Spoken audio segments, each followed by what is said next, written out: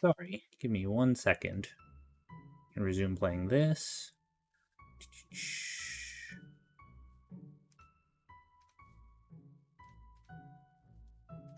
Won't even need this music for most of the stream, but still gonna start up. Now playing. Just sort of make it a habit. Okay. Okay. Now we can get started. Hello, everyone. Hope you're doing well tonight. Gonna be hopping into more Inscryption very shortly, but I've got another small old school update I want to touch on first. Let me get into the game here. Okay, well, from that preview image you probably just saw there, we have Next coming into old school, which is pretty cool. I don't know. I believe this was the letter you got when you logged in. Yep. Basically now in the God Wars dungeon, when you kill the generals, I believe you get parts of a key, and then when you can combine them, you can get into a new room of the God Wars in the God Wars dungeon, which, come the update, will feature a new boss. I haven't even killed the old bosses in the God War dungeon yet, but well, that I've killed actually one of them. Yeah, not the rest though. So I was thinking, maybe stream Monday. I'll play some more old school and, you know, get Nexus room unlocked. I also do need it for, what is it here? I believe the Fremennik Diaries. Yeah, kill each of the God Wars generals. So thought it'd be fun to try to do that Monday. Get that sorted out, both for the diaries and for unlocking Nex. Apart from that, I've still been killing Kalphite Queen off stream, and I'm happy to report, finally got that head. I think it was kill 114, and I still had some of my tasks left to go. Yep, about 20 more Kalphites, which I may honestly end up just cannoning, get the task done fast, and then boosting the rest of the Slayer points I need, or yeah, boosting a few Slayer tasks so that I can get to the next point bonus, which I believe will be 100. And maybe I'll do that on stream if I have some time after killing the God Wars generals. Other than that, skilling a bit here and there. Reason I'm naked in Perf right now was that I was just training prayer. Got that to 79. Still want 85 for Desert Diaries. Same thing with fletching. Been doing a lot of AFK fletching and getting close to 90 here. So the two requirements for that. And finally, if I do want to get back to killing Kalphite Queen for pet, I will need 81 agility in order to be able to boost to 86. To use that shortcut, I get unlocked with Desert Elite, so I got a few things I'll be doing offline. And then, yeah, I think that basically covers it for all the updates in old school. So, we'll be doing old school tonight. We'll be getting back into Inscryption. So let me get that started. Oh, come on. Hello.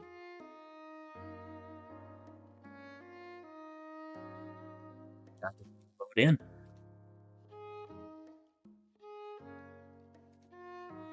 Is it still showing on this screen? Yeah. What are you doing? What are you doing waiting back here, Benji? Come on.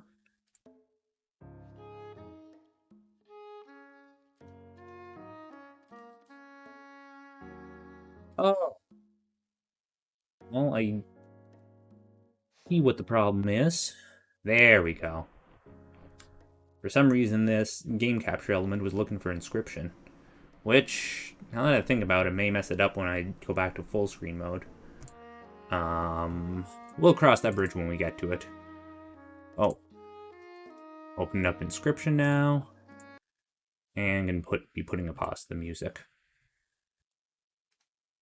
Just check quickly. Ugh. This doesn't look right. I should be down here.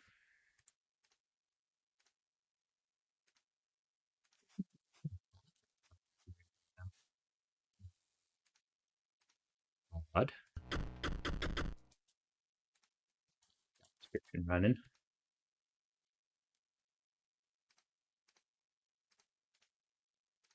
Properties. Don't want VC face. We want inscription. There it is. Oh. Inscription. Yeah, there, buddy. Go full screen. Oh, there we go. Actually, just undo. Oh, it disappeared from here again. That's fine, though.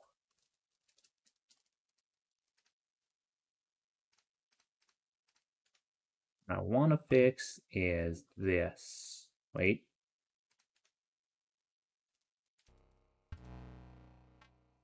Okay. Well, it's showing up now. Just need to do this. Bam. Okay. Now we can get going. Let's see here. I'm not sure if continue, now that we're on part 2, will take us back to the room, or our actual save. That may be under new game now. Nope. Looks like continue, has us back in this weird mode, which is most certainly not a roguelike. We've been poking around some.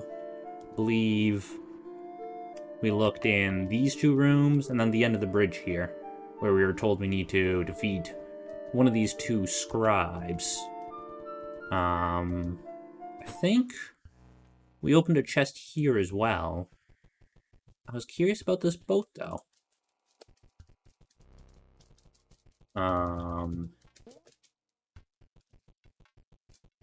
Tentacle?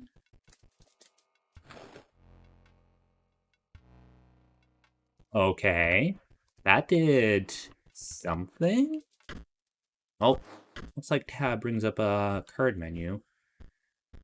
I believe this is our current deck. Autocomplete? Cool. Guess that got all our cards in.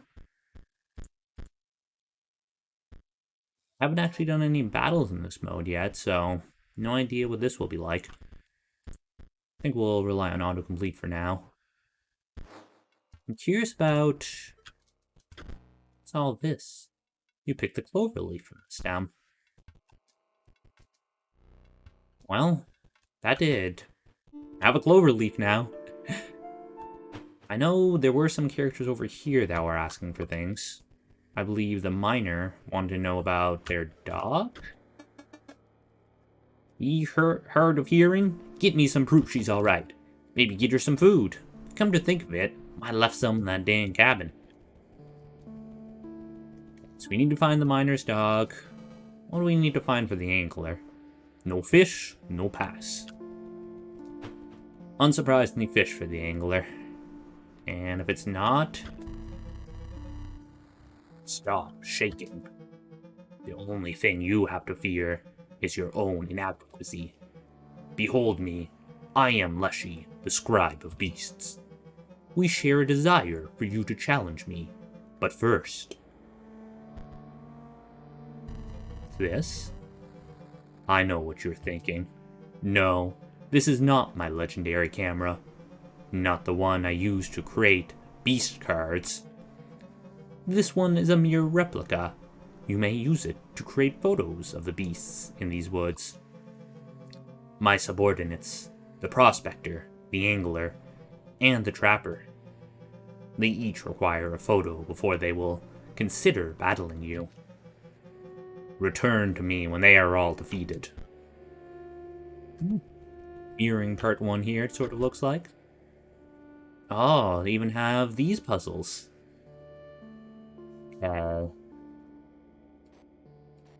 Moving this up, looks like we'll get 2 damage. This will be another 1 damage.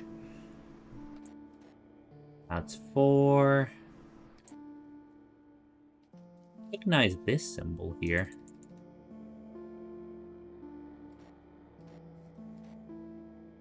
Do this. This is 2, 1, 3, 4. What does this do? Oh, figured it out. Not sure about how that last symbol worked, but... The drawer creaked open, and you found a pack inside.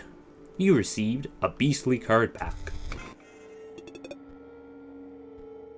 Hey, looks like we got a couple new cards here. Elk Fawn. Oh, you're Yelly. You know this card well. And then Raven. Raven will strike an opponent directly, even if there is a creature opposing it. Just the airborne ability.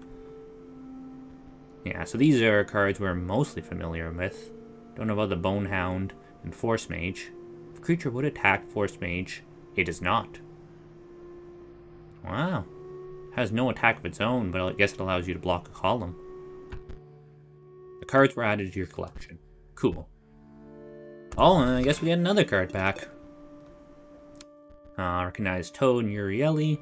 Bloodhound. When an opposing creature is placed opposite... Oh, yeah, we know the Bloodhound effect.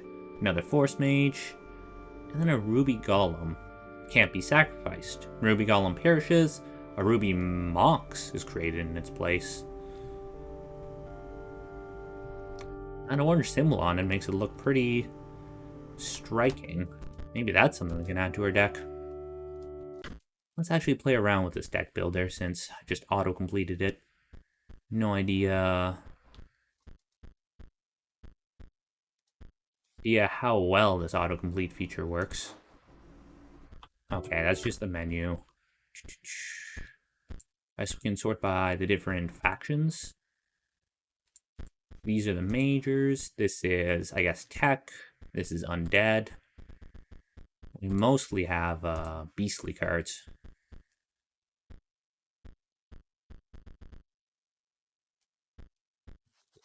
Twos. 0-1. Blue Mage is played. Blue Mage is played. You draw cards equal to the amount of Mox cards on your side of the board. I think we have a few Mox cards. I believe we just got a new one, which summons more. This was it, the Ruby Golem. When the Ruby Golem perishes, a Ruby Mox is created in its place. Maybe we can incorporate that into our deck. Draw Bullfrog, perhaps? We'll have to see how this deck plays, too. Evening, Linux. How are you doing tonight? Look at this back here. You wish to trade? You don't, perchance, have any pelts? No? That is disappointing. But I also accept foils. Oh. Well, we don't have any foils either, but interesting to see there's actually a sort of merchant. Fortunately, we don't have anything to trade, so...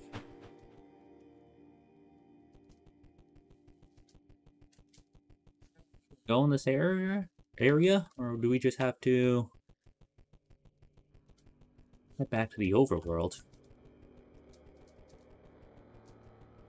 As Leshy said, we'll need photographs of both of these guys. Not sure if there's a way you can see your inventory. I believe he gave us a camera.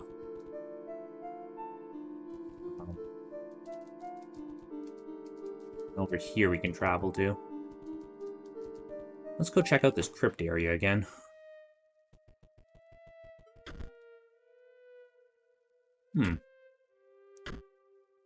Eaten by a hungry dog. Can we drag these at all? Can't exactly remember last time, but she mentioned something about solving these tomb puzzles or whatnot. Oh.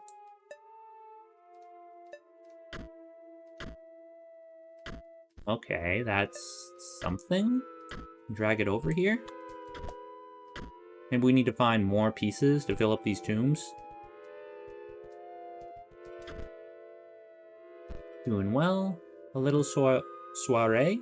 So just dropping in on mobile. Cool, cool. This looks like one set piece. Found a piece of an epitaph. It reads, "Does not hold a grudge." What do these ghosts want? Or maybe skeletons, it looks like? Brr! Someone leave the AC on? Oh, come on, dude. It's freezing in here. Maybe a heated battle will help.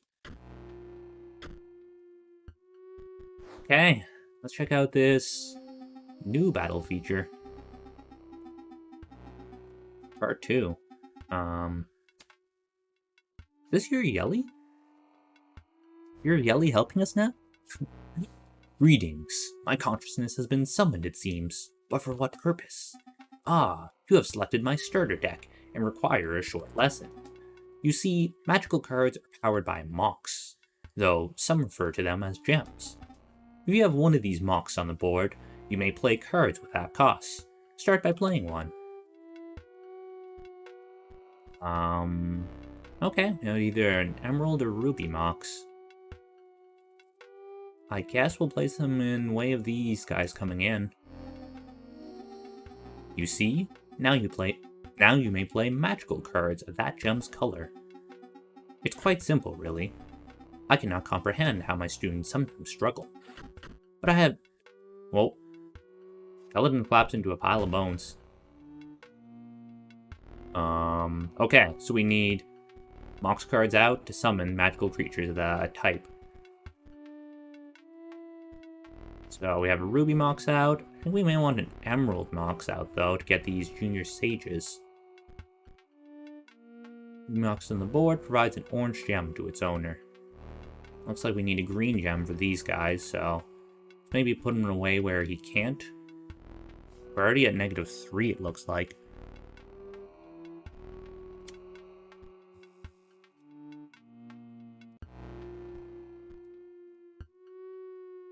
We place him over here.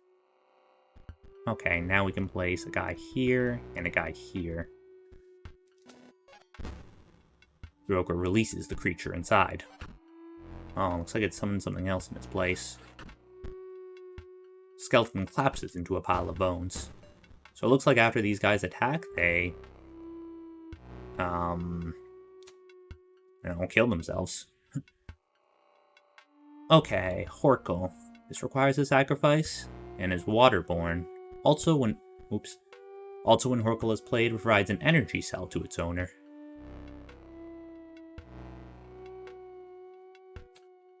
Suppose we may not need...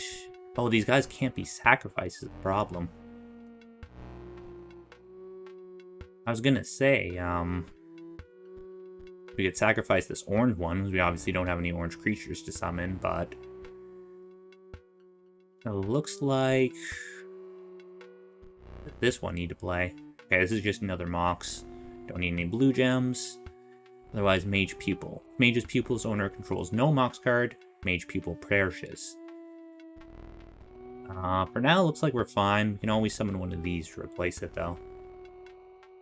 I think you actually accidentally skipped your turn twice while the dialogue was out. Weird. Yeah, I think I was pressing space to progress dialogue, because that's how I've been doing it out of battle, but space also, it looks like, controls skipping turn. I figured, if you were in dialogue, it wouldn't do that, but... yeah. Well, we'll know from now on. That evens the board slightly. Revenant collapses into a pile of bones. Now that that's lanes open... Ooh.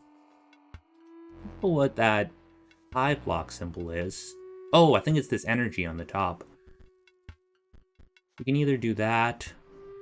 I mean, we do have these Mox cards in these left 2 lanes. So maybe we'll play out this for now. And just skip turn. Okay, Joker releases another skeleton. I think your avatar is blocking it, but I believe you can use the button under the scales to manually destroy creatures. Oh. By Alt-Tab. Move them over a little to the left. Yeah, this little axe symbol. This is interesting, so... We can try to get rid of this Banshee, because we now have the Mox card block in the way. Oh. Oh, wait. This is for our own creatures, it looks like? Oh, so if I want to get Ruby Mox out of the way. Okay. That's him out of the way. I think... Let's play Mage Pupil here. Actually, maybe let's play Mage Pupil because he's low health to tank a hit of this Revenant. Play either Oracle or Thick Droid. Let's do Thick Droid on this here. And we just need to keep one Mox on the board for these two guys. For your creature... Oh yeah, for destroying it. Like, you want to get rid of a gem that can't be sacrificed like these. Yep. Okay. Those two dead, and scales are nice and even now. Revenant collapses into a pile of bones. Fortunately, don't believe we can do these now that we got rid of the orange gem. That's fine, though.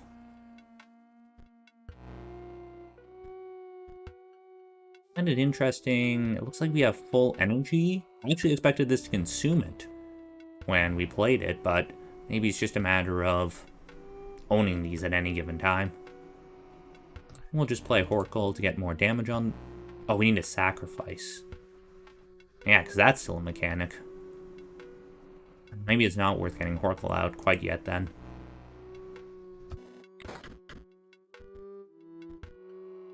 Locked in a Stroger here. When Blue Mage is played, you draw cards equal to the amount of Mox cards on your side of the board. And we'll need a blue gem for that. So maybe we want to get rid of Emerald Mox here and put in Sapphire Mox. And then we can play this guy and get an extra draw, I guess? It's got no attack power. It can also be a sacrifice, I guess, though, for Horkle here. So, okay. I think... Oh. Actually, I just remembered. If a Mage's Pupil owner controls no Mox cards, Mage Pupil perishes. So, there's that to contend with now, too.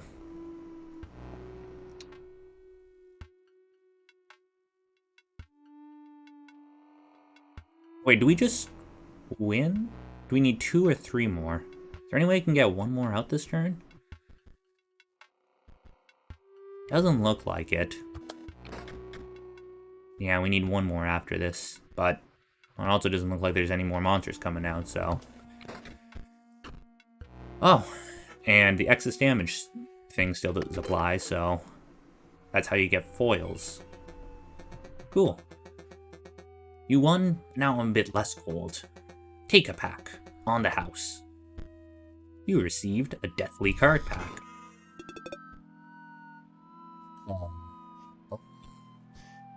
Necromancer is new. Another creature you own dies, it is returned to life, and dies again immediately. That's interesting. I guess if we have, it can trigger its effect before it dies at least, so... That'd be an interesting thing to combo with. It's also apparently rare. Okay, let's add all these to our collection. You did beat me, so I guess I gotta fess up. The name's Casey. Casey Hobbs. I'm from the tombstone on the left. You found a piece of an epitaph. It reads, Casey Hobbs, 1970, winter 1992. Died of 22 years of age, apparently. Now we can get through her to the well, which has another epitaph piece. The defibrillator failed. How morbid. What's the one we currently have? Eaten by a hungry dog. Have a headstone. Not hold a grudge.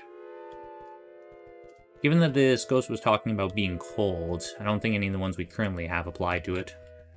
At least, what I'm assuming. Let's see what this goopy skeleton is saying. Oh no, do not look upon me. Do not snarl or sniff. I beg you. If you wish to battle, please, let us get it over with. Okay. Need to run off. Probably back later. Sounds good, Linux. Yeah. Maybe see you later.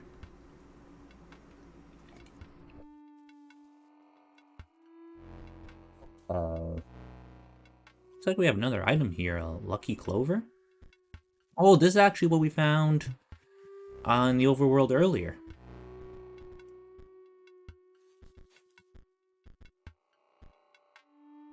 Right off the bat, this is a 2-3 Bonehound.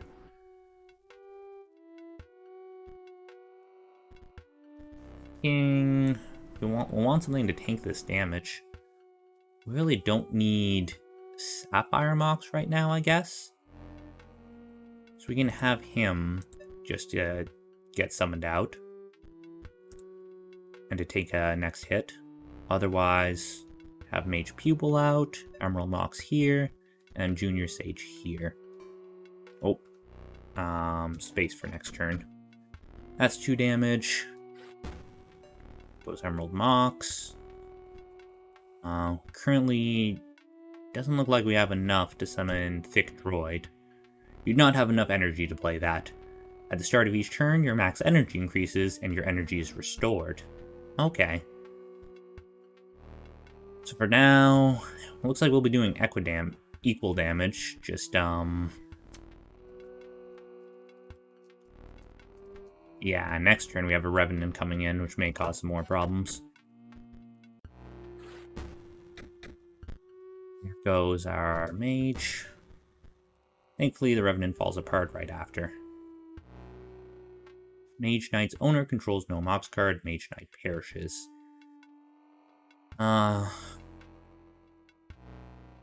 Fortunately, this also needs an orange gem, which we're not going to be able to.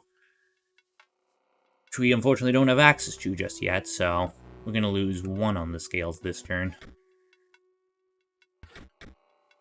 And we have a skeleton coming in, which will take out Mage Pupil.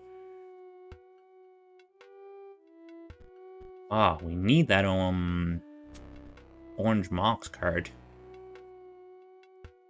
Very least, though, we're going to be able to get Thick Droid out next turn, so this will even the scales now.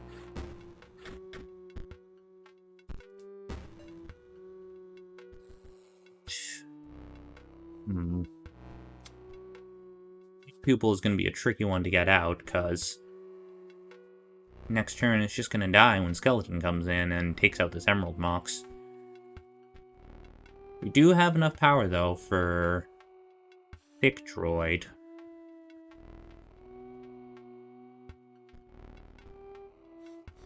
Damage. If we send him into an open lane,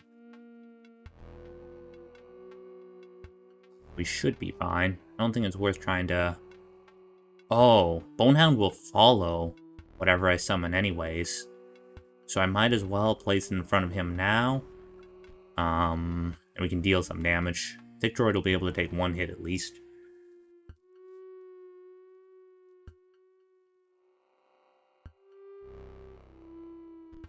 So, each pupil is interesting as well to summon, because it will take a hit, and it will also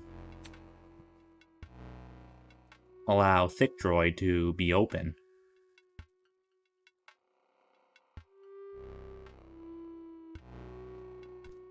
Let's try summoning Thick Droid here. Bonehound would leap over to it, and we can summon Mage Pupil over here. Now, this Mox dies. Unfortunately, Mage Pupil dies. The skeleton will kill itself. And now we can't get Junior Sage, damn it. Okay. Losing 1 more on the scales while we just have to wait to draw something that allow us to use our cards.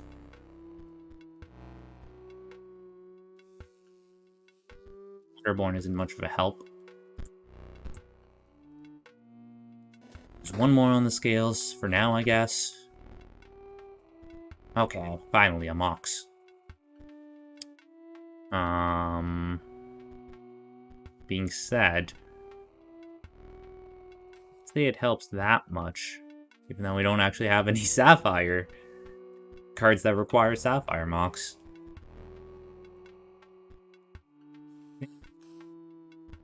Just pass again. And wait to see if we get either a Mox card or one of those mages, which just require any type of Mox. We are slowly losing on the scales here. Thankfully, we do have a mage pupil here.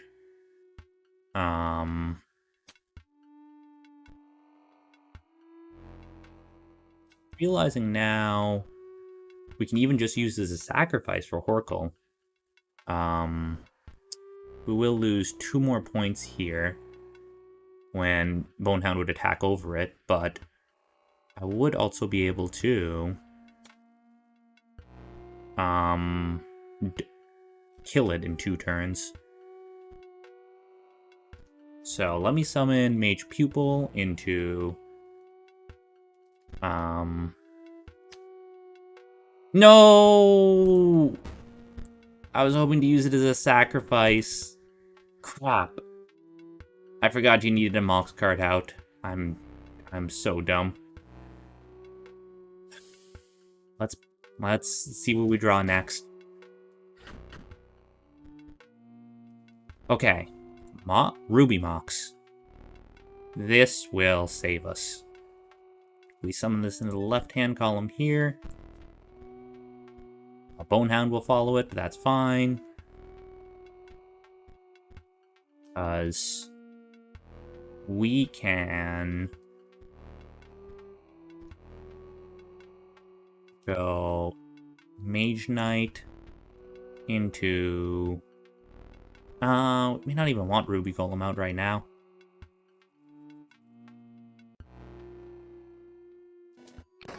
Probably just focus on killing Bonehound.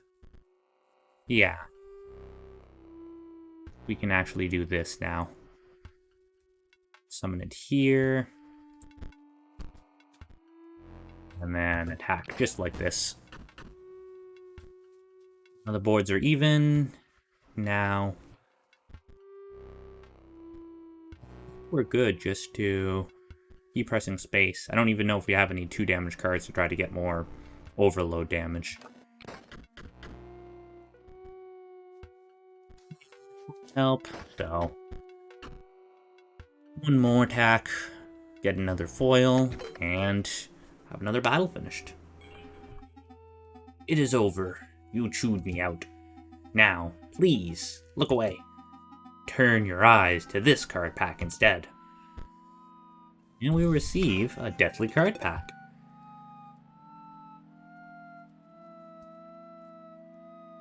Okay, we have Dead Hand.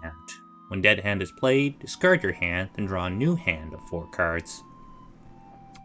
Insectodrone. Insectodrone will strike an opponent directly, even if there's a creature opposing it. Okay, it's just airborne. Otherwise, a 2/2 Steambot, which is one of the higher attackers we've seen. Oh, and these are all bone cards, sort of like from part 1. It looks like the new mechanics we have are those opals and energy. Otherwise, we still have sacrifices and bones. Okay, now that we've done these first few battles, I think we can take a closer look at our deck and try to get something together. I am called Sawyer. The middle stone marks my grave. Please, do not go digging up my bones. You found a piece of an epitaph. Sawyer Patel, 1702 to fall 1778. He made it a bit longer than this guy. 76 years old. And now that we know that he's the middle grave, we can do this. And I think he was eaten by a hungry dog, basically, by what he said. Does not hold a grudge. I wonder. I guess we'll have to wait and see what the other bottom text could read. It's more directly dog related. Yeah, let's take a peek downstairs, see what this opened up. There we go. Found another piece of an epitaph. It reads, brought down by scurvy. The tomb. A gust of foul-smelling air billows from the casket.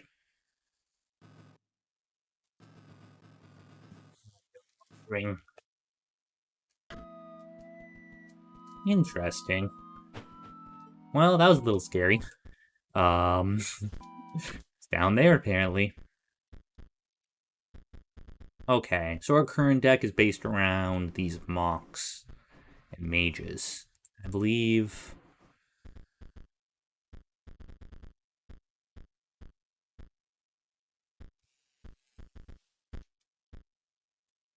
See what other sort of mocks cards we have that could potentially synergize. We also just have cards like Horkle, which definitely doesn't synergize at all. We can add another Emerald Mox. We can add 2 more Ruby Moxes.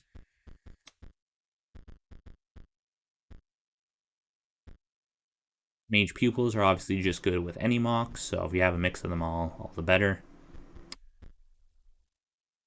Can't tell, this doesn't look grayed out, so it looks like we could potentially add another Ruby Golem. It's a strange one, though, considering you need a Ruby Mox to summon it in the first place. I feel like it's not that good. Like, why would you run Ruby Golem when you could just run a Ruby Mox directly? Alternatively, we have Force Mage, which is whatever the blue one is. Sapphire Mox? If a creature would attack Force Mage, it does not. That's an interesting one, just to allow you to, like, block a column, essentially. Again, you need a Sapphire Mox to be able to get it out, which looks like we can add 1 more, too.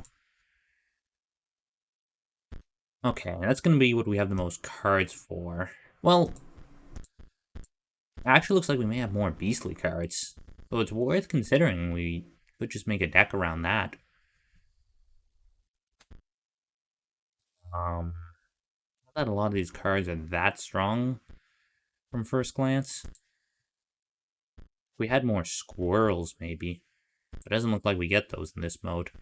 So you need to mix it up with cards from one of these other packs. Whether that's going to be these tech cards or some of these wizard cards. So as of right now, I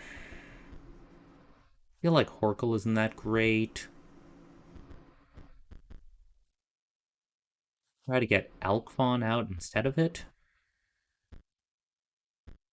You're Yelly, we definitely wouldn't be able to get out. Bloodhound is honestly pretty good, but requires 2 sacrifices, which is definitely a bit tricky.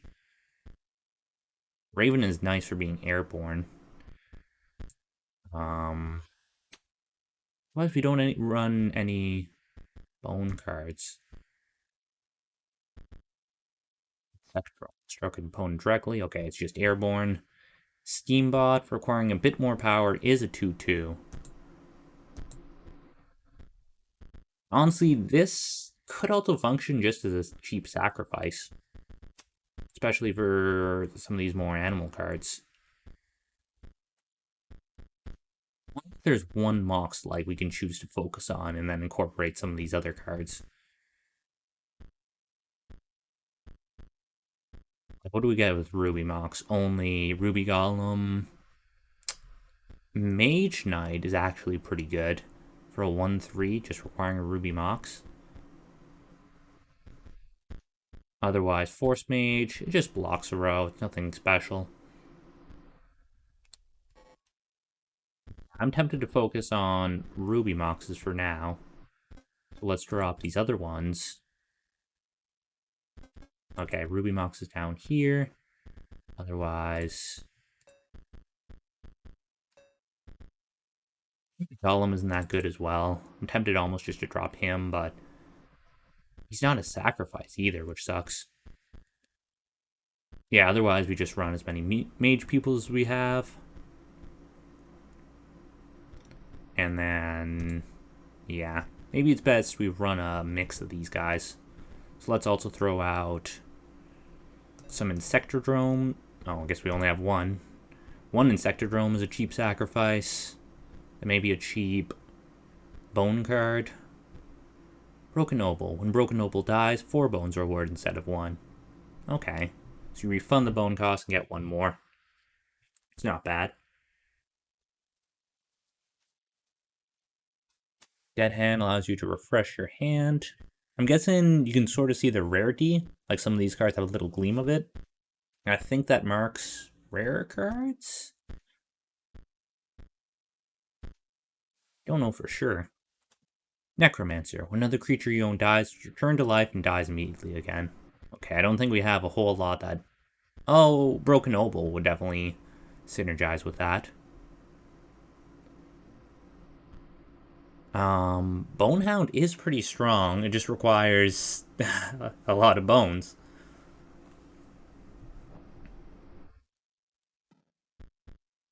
I don't know if we run any of these, to be honest. I guess for only 3 bones, Necromancer isn't bad for 1, too. And then, yeah, you probably won't get any synergy with this ability. Well, that's fine.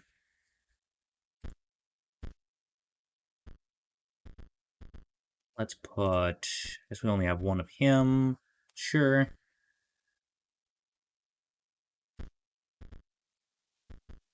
Let's also get... Oracle... He helps by providing an energy cell. Otherwise, maybe I was thinking either an Alkfon and frogs aren't that great. We definitely have some cards that we can use as sacrifices, so maybe some 2-cost cards. Raven's honestly pretty nice. Bloodhound is as well. Letter could be good for removal. I think that salmon moves so much is a little annoying. For the last few... Oh. Because we only have these 8 as part of beast cards. Maybe some bullfrogs just as a 1-2.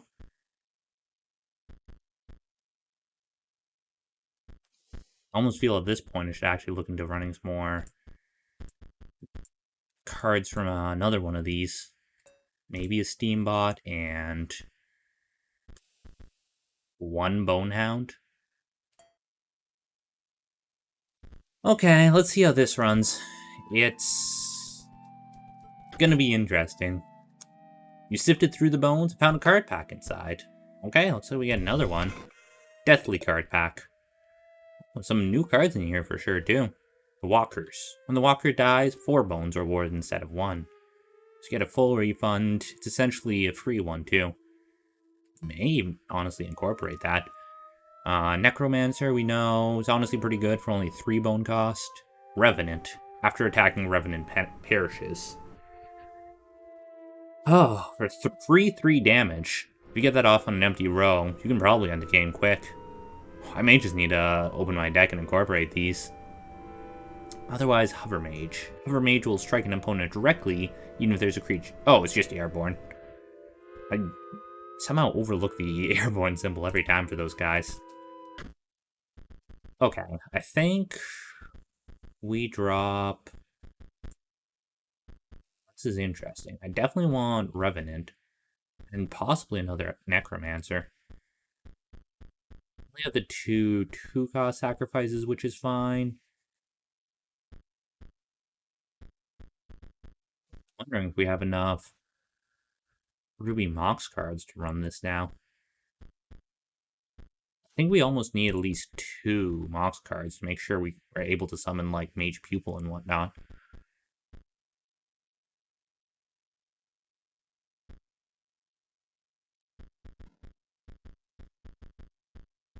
It is definitely tricky. Or we could just say fuck it entirely to this whole Mage synergy and just try to run these other cards.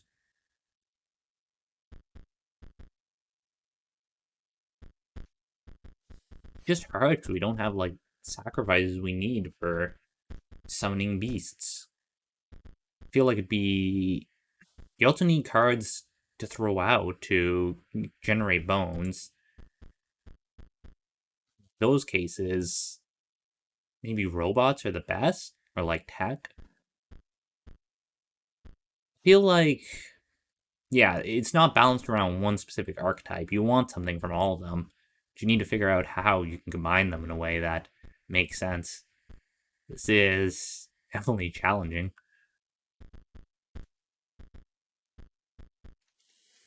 Love some more cheaper, like, Insectdrome, cards that have low energy costs that you can summon. Did start off with all these Mox packs.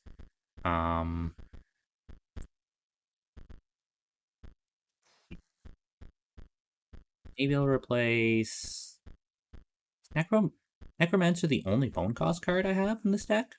No, I also have Bonehound. Let's draw up Bonehound and put in, thinking either the Walkers or a Revenant. Revenant's cheap at least, and it could just be a good, like, last-minute burst of damage.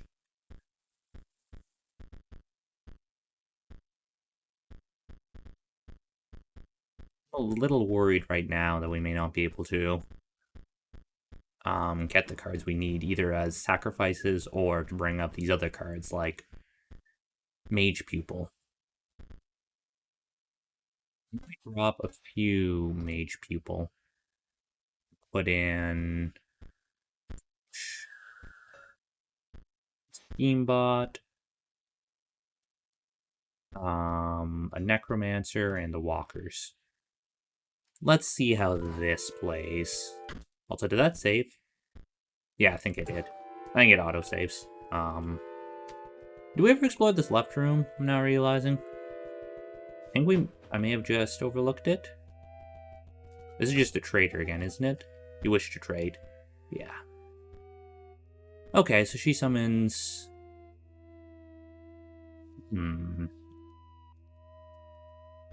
We have Skeleton and Gravedigger. And then Bone Heap. Pay 2 bones to increase the power and health of Bone Heap by 1. Interesting.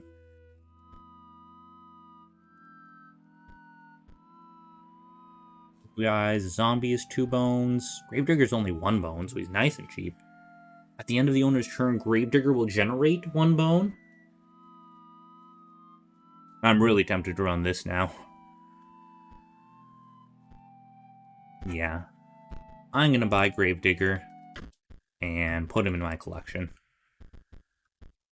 Let's see. What can I drop?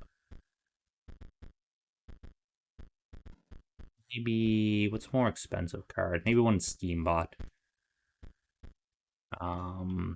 Gravedigger. Now we can definitely more consistently get cards with bone costs out. A few Necromancers, Walkers, Revenant. Yeah. This is good. Oh, hello again, Linux.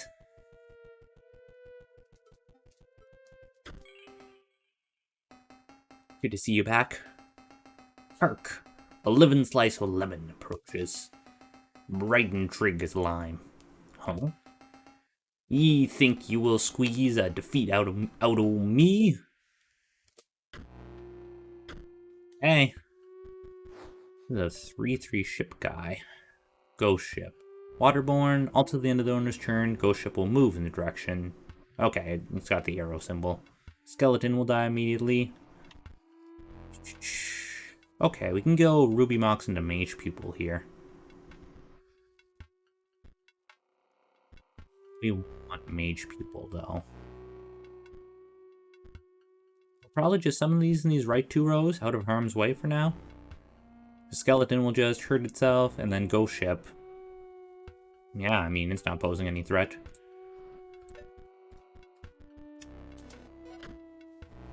These come in, skeleton will do 1 damage, and destroy itself. Ghost Ship moves to a new space, and a skeleton jumps ship. Okay. That's why Ghost Ship has no damage. It's because it summons other cards. Great. Mage Pupil's about to die anyways when that skeleton comes in, so might as well use it as a sacrifice for Horacle. Oracle? I don't know how you pronounce that. Spell provided an energy cell. Let's take that guy out. Ghost Ship emerges from the deep. Skeleton collapses into a pile of bones. And of course, Ghost Ship summons another skeleton. How many bones do we have? Just the 1? Like, that's fine. It'd be great if we found Gravedigger now. For now, though, just keep going next turn. Ship emerges from the deep. These skeletons destroy themselves. And we got another skeleton out. Okay, another orange ruby mox, which I think we'll hold on to for now. We could, and if we really wanted another bone, we could sacrifice it, but I think for now, we're still somewhat even on the scales.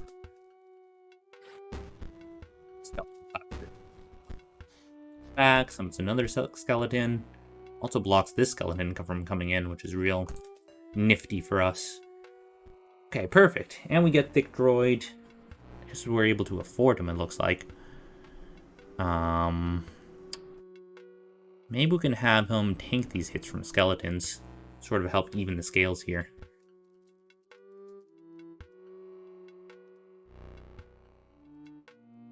Yeah, I think that makes sense. We could also bring out, now 2 sacrifices for Raven technically, but I don't think we want to bring them out quite yet. Take out skeleton here. Ghost ship will re-emerge. And these skeletons will collapse. Only for a new skeleton to be summoned. Okay. Looks like we now have... we can now bring out Mage Knight. One thing I'm going to be reluctant... is to summon it right away. Because I think... obviously if we summon Ruby Mox here, and Mage Knight here... we'll get 1 attack off, but then Ghost Ship is going to summon another skeleton that will knock Ruby Mox off. And then Mage Knight, so I think we're going to wait 1 turn. Till the board's a bit more favorable for it. This out. And now... we can summon Ruby Mox here, Mage Knight here. And we'll have a few more turns of getting use out of Mage Knight here. Soul emerges from the deep.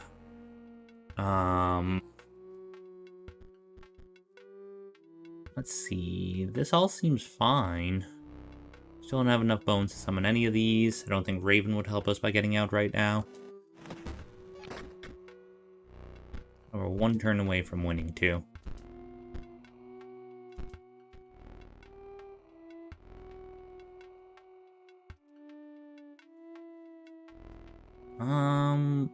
We may actually have some overkill potential here.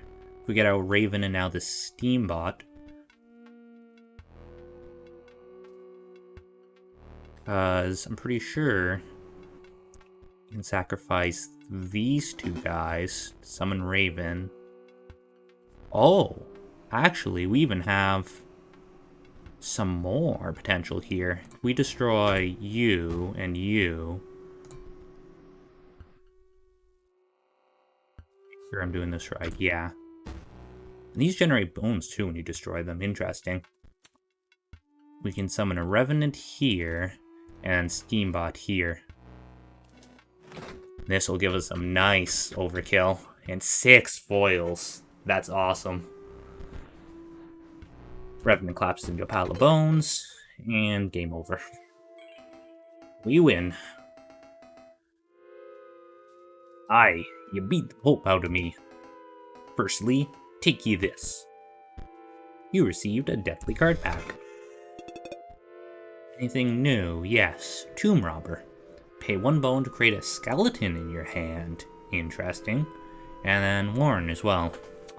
When Warren is played, a Rapid is created in your hand. Rapid is defined as 0 power, 1 health. Oh, okay. Also, I think this is new as well. I didn't see this from before. Gourmage. Activate, pay 2 bones to increase the power and health of Gourmage by 1.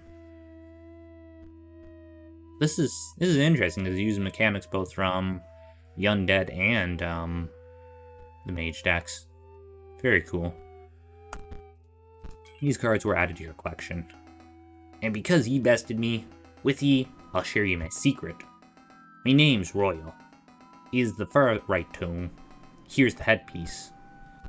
You found a piece of an epitaph. It reads, Royal Dominguez? 1589 to 1632. He was 43? My math is correct. Let's put his head doom in while I remember that. And we now have all the names sorted here. By matter of elimination. And I think it will make sense that he's going to be brought down by scurvy. Oops, actually didn't mean to take that back. We don't have the third piece for this yet.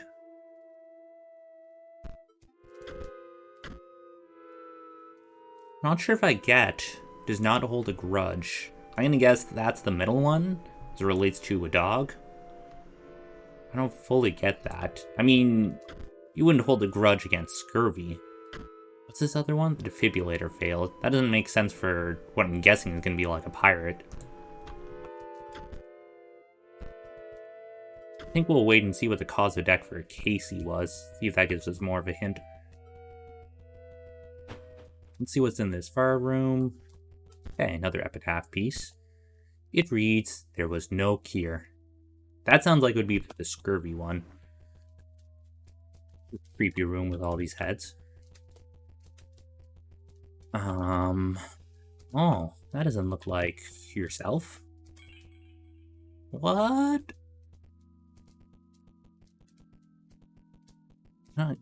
What is this character we are now? Is that a headdress he's wearing? What this will change. Found an epitaph in the well. Downstairs was a tomb where he asked for a sacrifice. Okay. I'm gonna guess does not hold a grudge is here. There was no here is here. Looks like we're still missing one epitaph.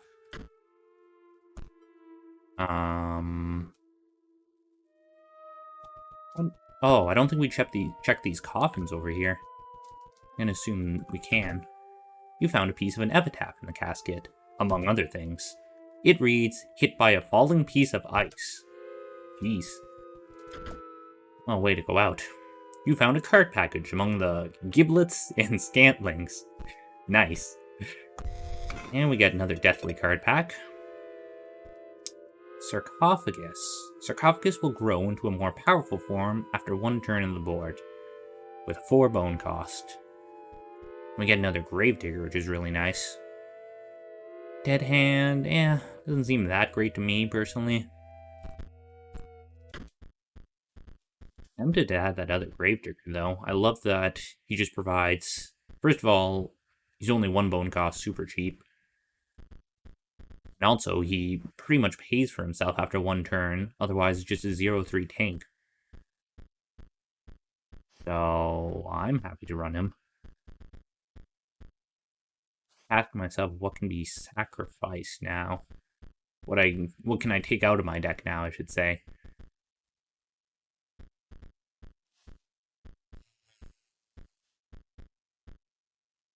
Bloodhounds, what, 2-3?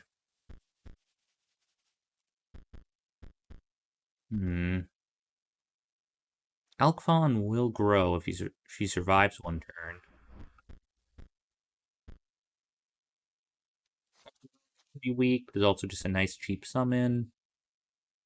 Maybe Necromancer. Ability doesn't work that great with any cards I have. Sarcophagus is interesting too. Now that I have a better source of bones too, I could also consider running him. I want to replace maybe the Walkers.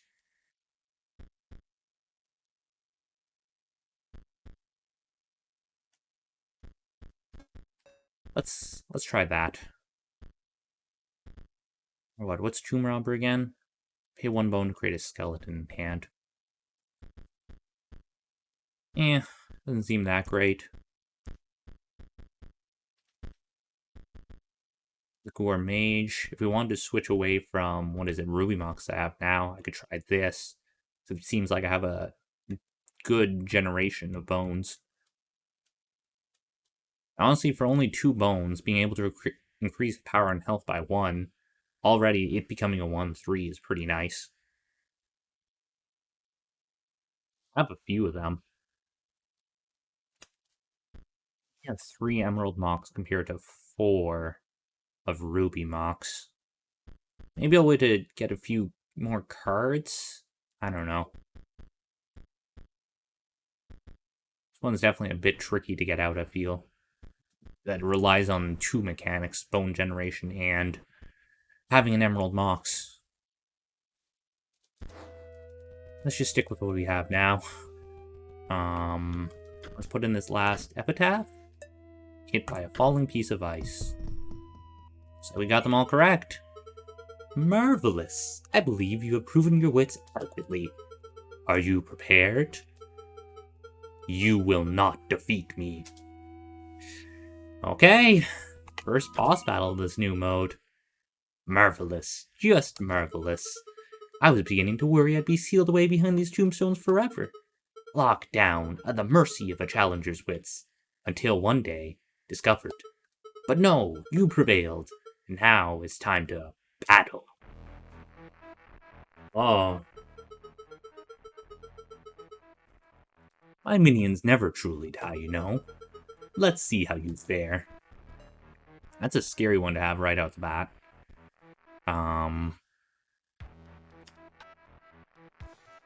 Oh, it's even animated.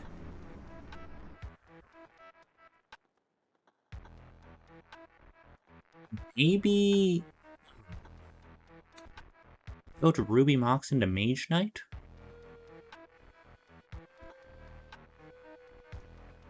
Feel like we do. Bloodhound will leap over, and Mage Knight comes out.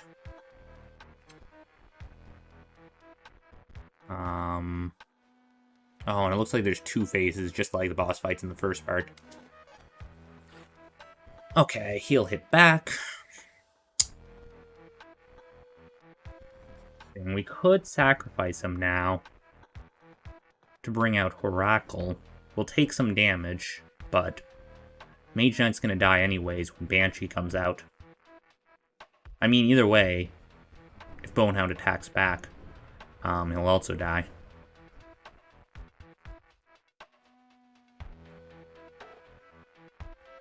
And then we could... we don't want to bring Gravedigger out till Bonehound's done. Sarcophagus is also a little scary now that I'm looking at it too, though. This transform ability. I don't know how powerful this is going to be. I'm afraid it may just be pretty powerful. Oh! This actually won't kill Ruby Mox. I think I should focus on killing Bonehound for now. The fact that this is airborne... It's gonna... And... Ruby Mox won't die here. Makes me just want to pass for this turn.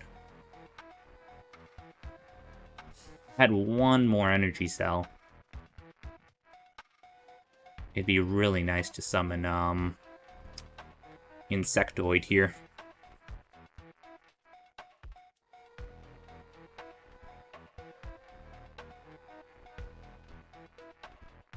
Tricky.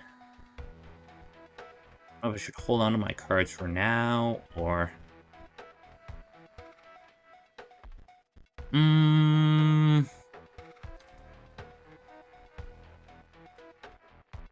Let's just go next turn. See if we regret this. Okay, another Ruby Mox drawn. You can bring out Insectdrome now.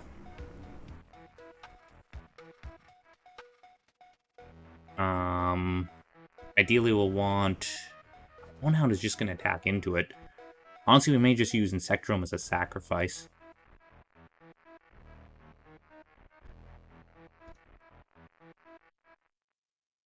Also want, Gravedigger out to generate bones too. I'm just wondering where we should put him. Maybe we should do Insectdrome into Horacle here. And get Bonehound killed. I'm worried about this card, though. What it's going to transform into. That could be scary.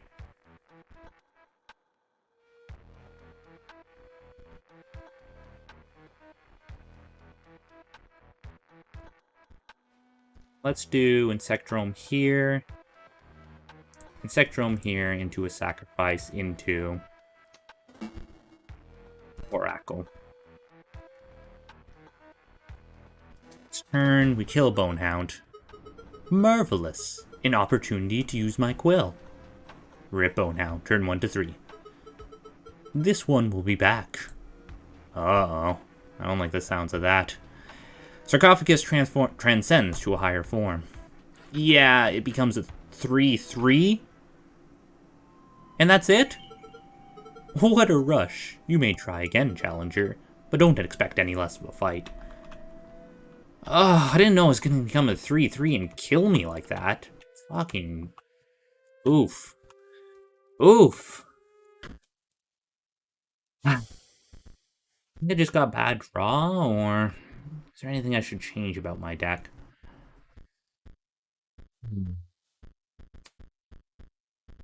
Only really tried one fight with this. Maybe we'll give it one go, see what the draw is like for this one. Another attempt? Very well. I'm still buzzing from the last one. On guard. Minions, prepare for death. But then, life again. Oh yeah, we still have this 4-leaf clover, too. I'm afraid this is going to be like a one-use item, though, so... I want to make sure I'm a bit closer to victory. Okay, I could get a Ruby Mox out to just tank a hit of this Bonehound, but... It doesn't sound like that great of a play to me. I think we just try to take 2 damage. Oh, another sarcophagus. Gross. Well, if I summon this here, at least Bonehound will block the sarcophagus from coming out. And I'll get another bone source for Gravedigger. And Insectdrome. I have that to come out as well.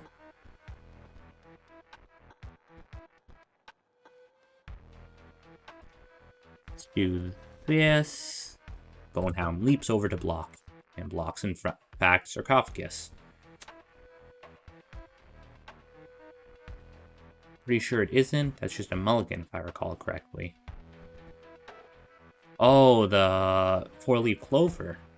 Interesting. I'll need, maybe try that next game, then. I'm mulliganing one of these cards. I think I tank this hit. Next turn I can get Insectdrome out, which is nice. Fortunately now, we're 1 off from, oh no, we're 2 off from death, so... Gonna need to do something with this hand I have right now. Thinking we do Gravedigger and Insectdrome into Bloodhound?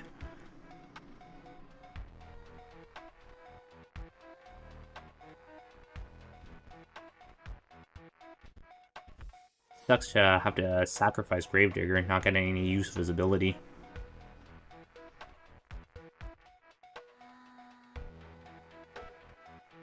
Maybe, He can tank for 1 turn? Afraid if she just keeps summoning out more minions, though, I'm gonna run out of time. I always have Revenant.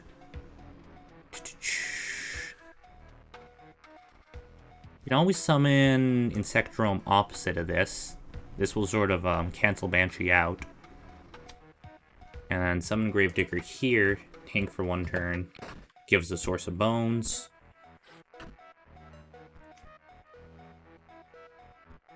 Mage Pupil, don't really like that right now.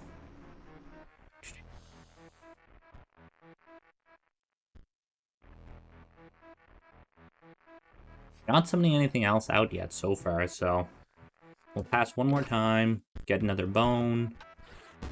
Bonehound will kill this for another bone on top of that. And now, what can we do?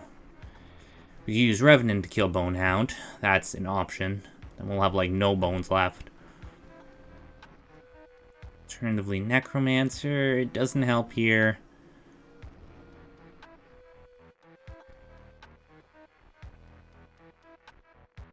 Okay, maybe we do Revenant. Next turn we're going to be able to get Steambot out it, which is nice as well. No matter, death is never final. And of course, he has her little quill ability. That one will be back in no time. Sure, for phase 2 of the fight. We lose Revenant. He thankfully refunds us a bone. Now we can get Steambot out, I guess. Which will kill Sarcophagus before it will cause us problems. Nice. Ah, let me inscribe this one. Live again.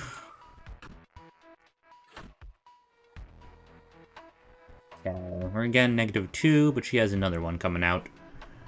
A 2-3. I'm thinking we get Mage Knight to go against this one. We'll do this. Suddenly the scales are shifting a bit in our favor. Another Sarcophagus is coming out, which Steambot will tank just fine. I think just pass again.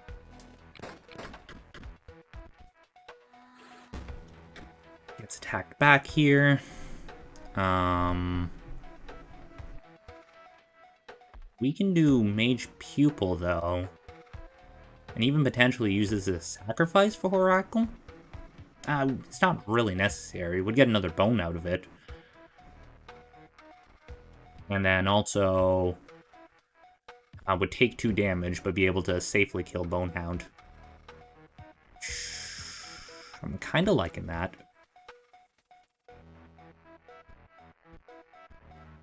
Necromancer isn't that great of a card to run, honestly, now that I think about it. I guess for 3 bones, a 1-2 isn't bad.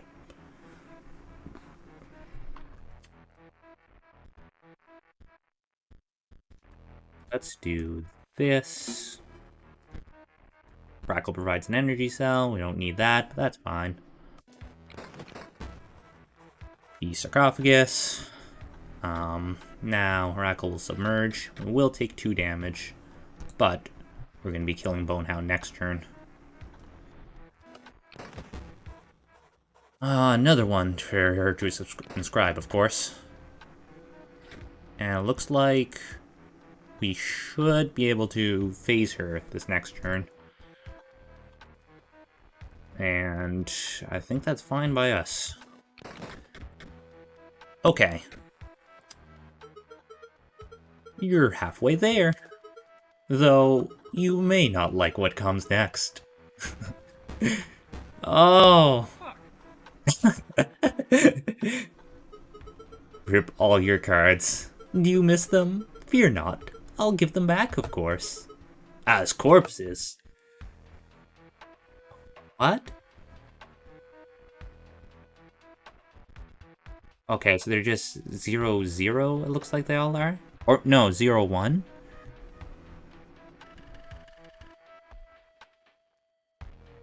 I guess they can still be sacrifices if nothing else. They don't require any requirements either.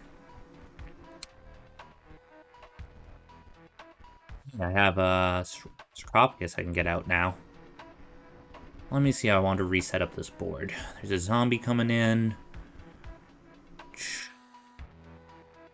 Now that I have some safety, maybe I want Elk Fawn out. So what's just one I can immediately use as a sacrifice? Probably Steambot. It's not going to be useful otherwise.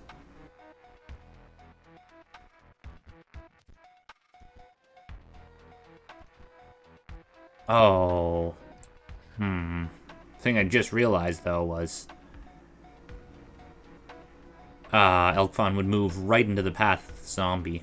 So maybe I should do it over here, where she'd at least move out of the way, and then next turn, I'm probably going to summon some sort of 2-attacker if I can. In this spot.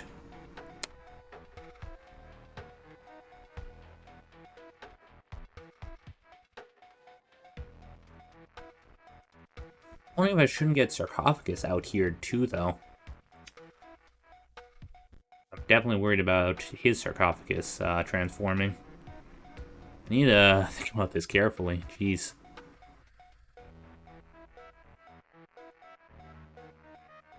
You know, maybe Ruby Mox somewhere like here into Mage Knight? No, definitely not here.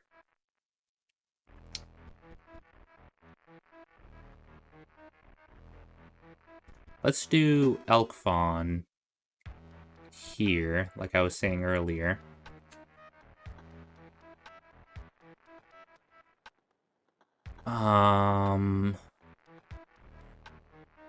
Then Ruby Mox here. I will just have to accept I'm going to be taking some 1 damage.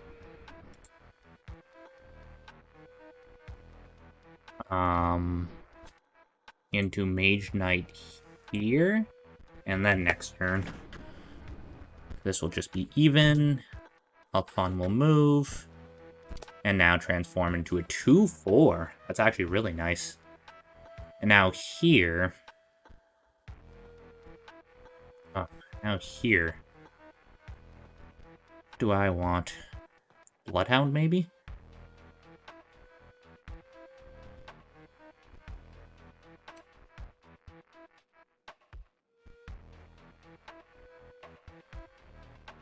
Could...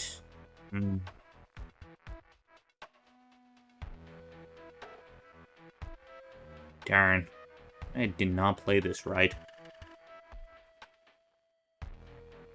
How am I going to deal with Sarcophagus? That's what I'm asking myself right now. And it's going to be with Bloodhound, but I'm going to have to sacrifice one of these cards. I'm guessing Mage Knight will have to be that. Will have to be it. Oh, actually... Why don't I do Necromancer out as a sacrifice for now? And then... sacrifice...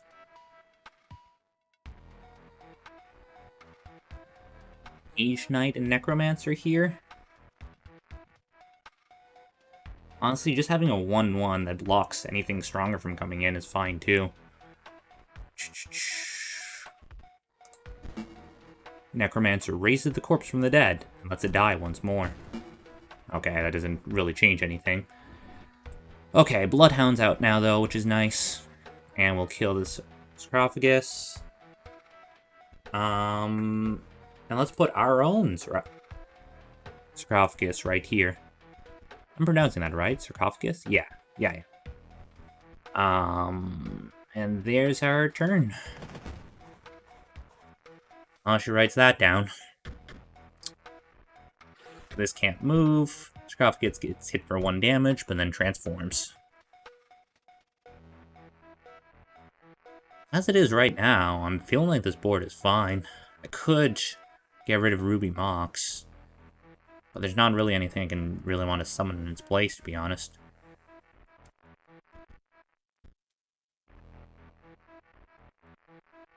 Let's get 2 more damage. Oh, and I think this will phase her again? Bloodhound was dealt overkill damage. Nice. Oh, no, that's just the fight. I thought she had more lives than that. Oh dear.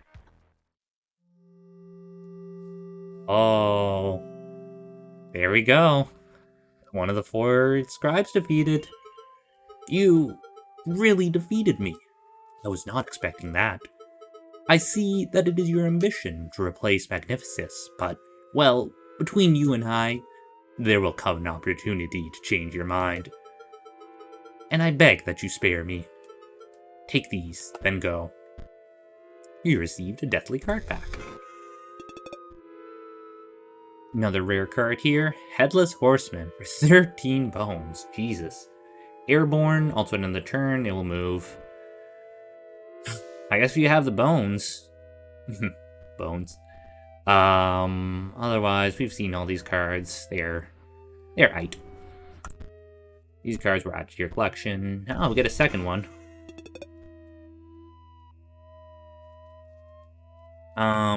This is an interesting one for 5 bones, just a 2 and 2. Frankenstein. Sarcophagus is honestly pretty amazing for 4 bones as well.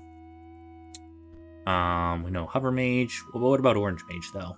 Mox cards on the owner's side of the board gain 1 power. That's interesting.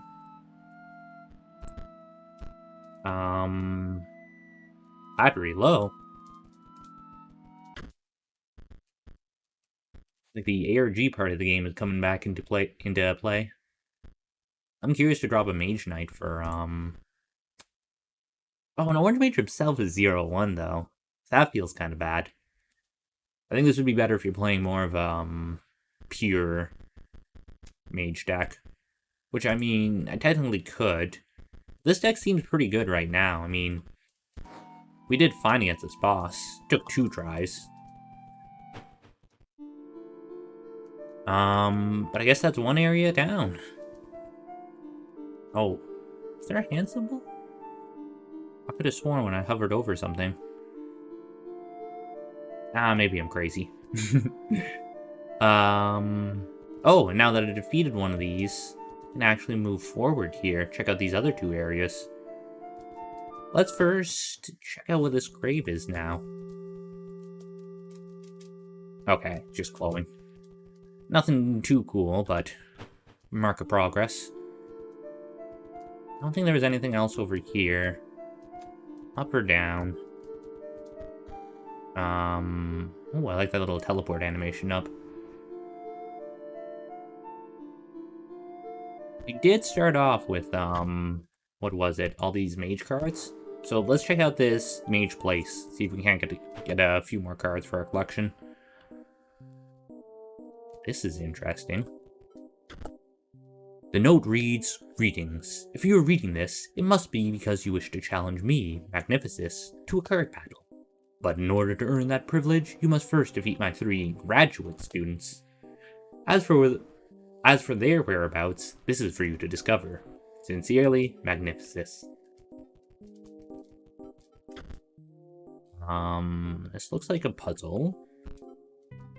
Don't know what's needed for that. Also got a monocle over here. Strange monocle. You put it on. This looks like a chest. Inside of the chest is covered in a sticky green goo. But you find a card pack. You receive a magical card pack. Oh. This is the first one of these moxes that show 2 elements. Can't be sacrificed. Well, Garani? I don't know if this is supposed to be an I or a J. Maybe a J. It looks like it goes low. While Garange's Mox is on the board, it provides a green gem to its owner. Also, while it's on the board, it provides an orange gem. So it's just a dual one. Which still is awesome. The fact that it has 2 health, too. Wolf Cub. Wolf Cub will grow into more powerful form after 1 turn on the board.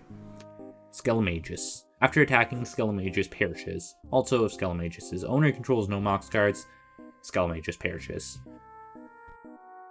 For only 2 as well. That's very interesting. Wondering if I should drop a Necromancer for him.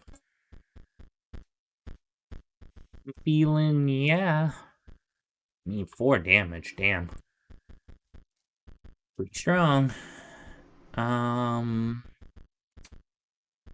What's a regular wolf? I think 3-2.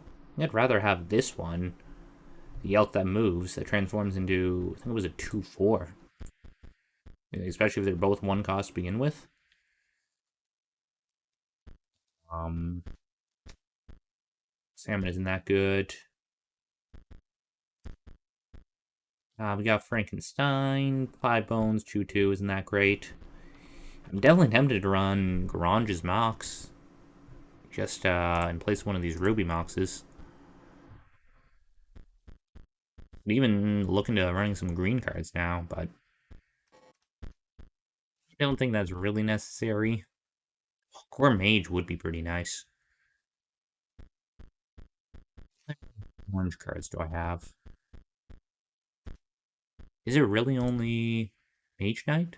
I don't run any more Ruby Golems, do I? No. I could drop these 2 Mage Knights.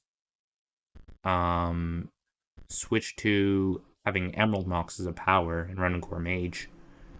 That definitely synergizes more with my current setup, which is combination like Bones and all these Moxes. Let's try that out.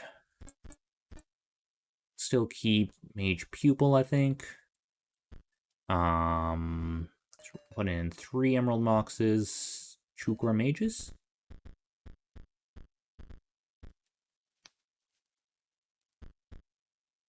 Three is pretty nice, though. Let's actually...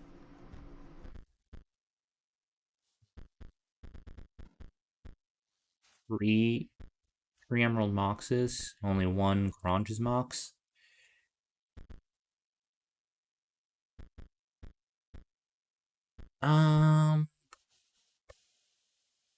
Yeah, let's just try this. Let's grab 1 Core Mage and add 1 Junior Sage. Just as, so it's a bit more consistent. Yeah. This is good. Oh, it's all these bottles of goo. Sort of like the one I found during the first part of the game. It's cool. Let's see if there's any hidden messages now. Greetings, reading this must because you wish to challenge me. Oh, there's some symbols on here. Skull with a diamond in its head. Little airborne symbol. Another skull with a diamond. Oh. Ah.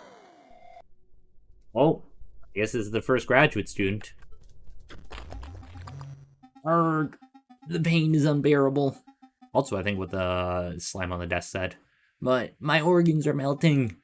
Do you see? Magnificus turned me into goo for my final exam. I just need to defeat one more challenger, then I will earn my rightful place.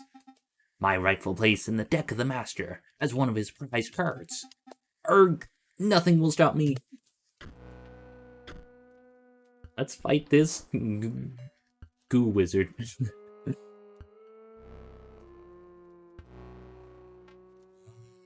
That's a lot of Mox cards. You said this was a mulligan, Linux? What can we mulligan here? Suppose we don't need 2 Moxes, really. Oh, this mulligans your entire hand. Oh, okay. That's fine, too. This still works. This still works. I thought it was gonna, like, allow you to choose 1 card or something. Yeah. This is fine. Power green mage is equal to the number of green gems that the owner has on their side of the table. So if we target their 1 Mox that's coming out, we should be fine.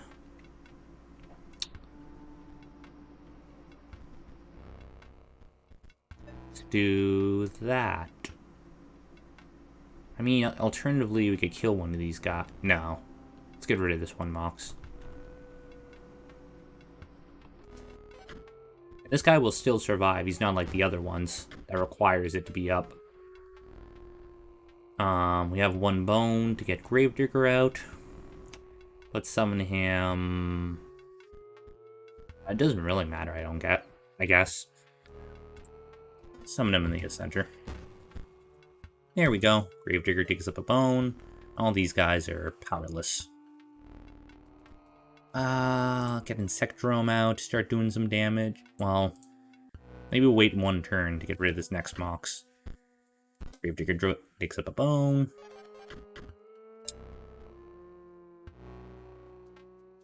This is perfect. They're gonna be all 0 cost after I kill them this turn.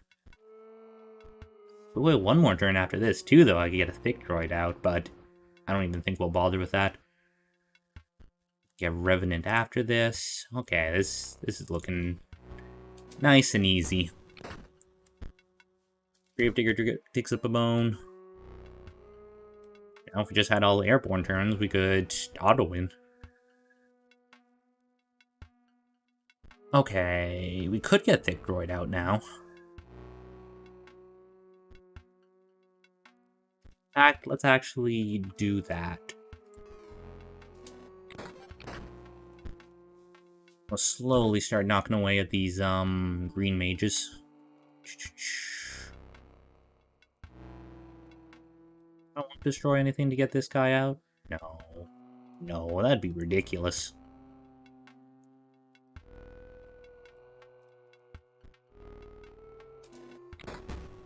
Destroy both of these guys. And the scales are finally tipped in our favor.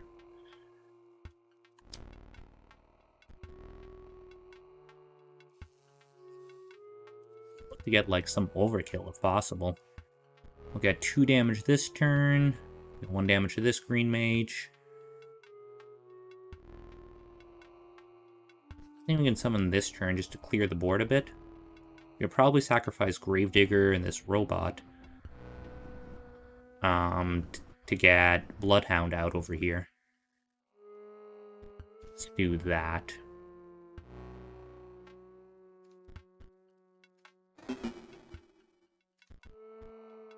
Still only going to be 2 away from winning after this turn. And then... maybe we'll get a Revenant out to try to get some overkill. Let's see what we get this next turn. Nothing that'll give us damage. Would win this turn normally. I could kill Junior Sage and just put this Revenant in its place, which I think I'm gonna do. Yeah. That will get us 4 foils. Not bad at all. Revenant collapses into a pile of bones. We have defeated the Goo Wizard. No, please. Please. Just tell the Master I passed. He won't know the difference. Here, take this pack. More magical card packs. Okay, another 2-element. Monster guy or whatever you call these cards. Just provides blue and green gem, cool. Practice Wizard is a 0/3. This is new. Oh, it's just a skeleton 1/1. Could be an okay sacrifice in place of a squirrel. Otherwise, Steel Mice. When Steel Mice is played, a copy of it is created in your hand. So, 4 batteries. You basically had an infinite card that, honestly, could be used as sacrifice, just to tank for damage. Not bad. So what's the one I have right now? Here, I can open the door for you. Okay, it's one way open. It looks like the way to the right is open now as well. I think we have... what's the one battery one we have now? Well, we have Steambot. Insectrome is 3 battery. And it being airborne isn't bad either. See, now, alternatively, we could put in Steel Mice for 1/1. Same damage, just the fact that it creates copies of itself in hand. It's good, like, sacrifice generation in a way like that.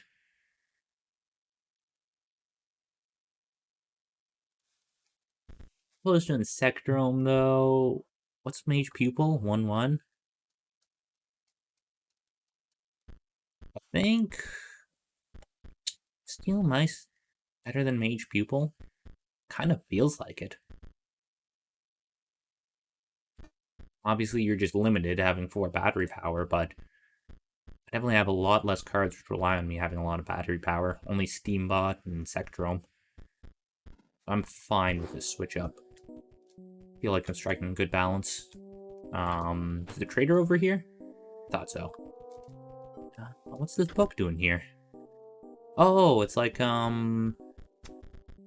Pokedex is the only word I can think of, but basically, card compendium, I think would be the term for it. Okay, 12 pages of 8 cards each. Close to 100 cards in the game. 12, 8, I don't know the math. Something like that. Cool. Anything else in this room? More bottles of goop. Let's see what the trader has. Another one of these guys. We get a whole card pack we really wanted. Stim Mage. Pay 3 energy to increase the power and health of Stim Mage by 1. Interesting. Well, as we know what these cards are, they're not that great.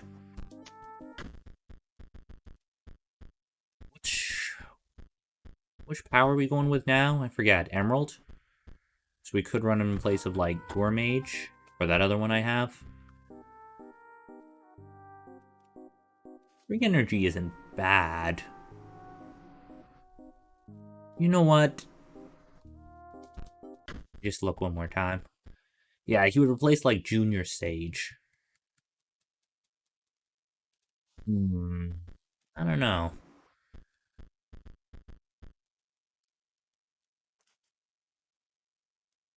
Fairly free, which is nice.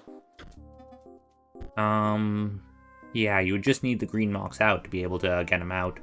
But you do definitely get a lot of energy for free. I have a few cards with Choose Energy. For 2, it's pretty cheap. I think we'll give him a chance. Yeah, replace Junior Sage with him, I'd say. He's part of this. And there we go. We have Stim Mage part of our deck now. Really diversifying with our deck. Getting bits of all these different types. Upstairs. Let's climb this tower. Oops. Didn't even see where we were going there. Another chest, probably with another card back. Also, you can set up Exodia with that card? Really? Is he really left hand of the god or something? Interesting. You find a card pack among a heap of sharp implements. Oh, you reached in real carefully there to get that one. Oh, look, we got Stim Mage anyways. Another Gourmage's Mox, which is nice. I'll probably replace one of my green Mox cards with that. Also just have a straight Elk we can get out. Cool. Rid of Emerald Mox, put in Gourmage's Mox. If it comes to a point where I have like 4 these Gourmage's Mox, I can even look into running... Is there any real strong green cards I'd want? I think Orange Mage is really only good if you're running pure Mox. Yeah, I don't even know.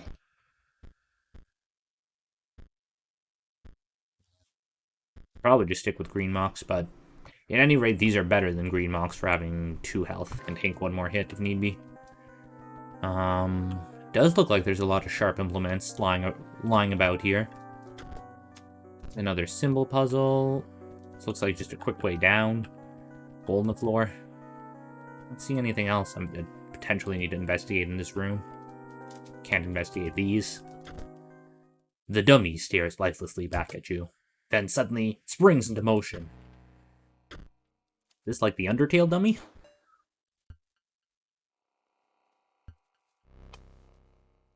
Okay, Force Mage. If a creature would attack Force Mage, it does not. This is practically a dead column. Otherwise, it's not showing a whole lot of offensive here. Good, because it looks like none of our cards we could actually play on this first turn. Definitely going to want a mulligan. I mean, we can get this guy out, I guess. This wouldn't be a bad road to set this guy up on, actually. Let's do that. More bone cards. I think we're just getting bad draw, but jeez.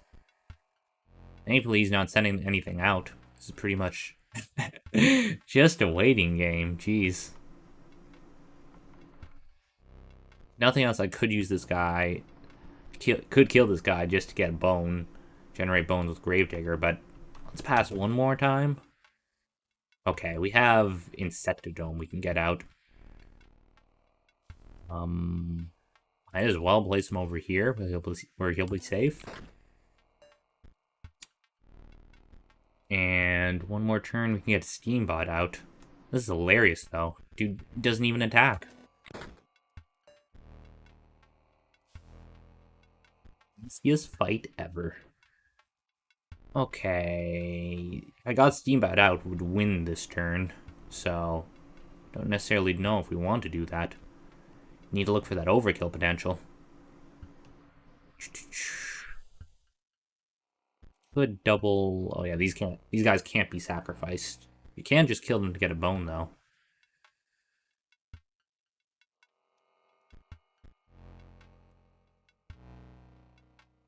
Let's do that. Get Bone Digger out.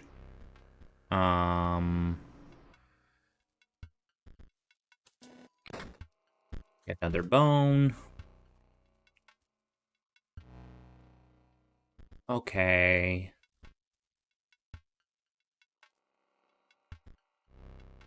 Now let's sacrifice this guy to get Elk out.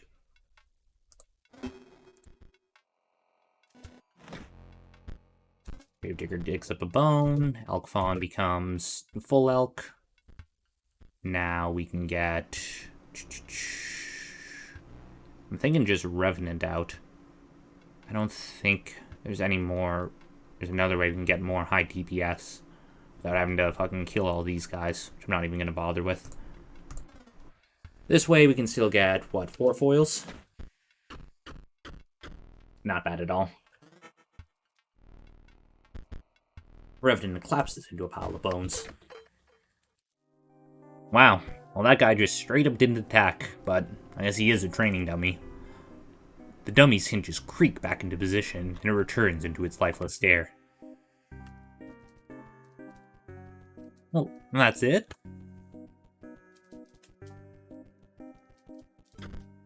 Could the puzzle be sort of related to that? Is there... What was that symbol to prevent attack? I thought it was like, a no sign. Also, can you just farm? The dummy stares lifelessly back at you, and suddenly it springs into motion. Is this essentially just a free farm for foils? Definitely must be part of a puzzle here. I'm wondering if we have to kill these guys to figure it out.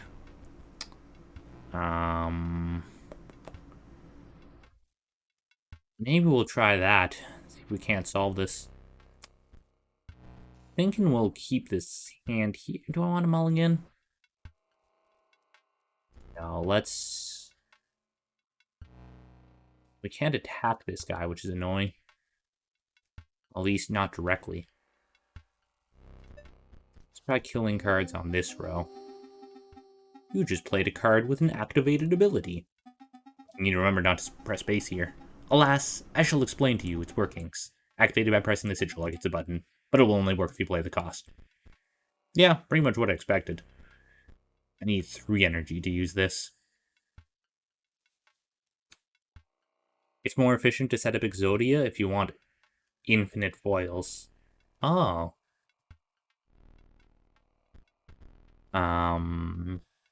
Interesting. Let's just... should I sacrifice Emerald Mox here? I think now that I have Stim Mage out, I don't even need him. Or, I could always draw more cards I needed. Let's pass. If that's the case, no. Let's just get a bone from him. And place him opposite here. Gravedigger digs up a bone. At this point, we have 3 energy. We can now start attacking across. Oh, here we go. The first symbol is the skull with a jewel in its head. We need to find a way to get Force Mage out here, though. We don't really have any cards, I think, with an ability to attack diagonally, like Mantis or something.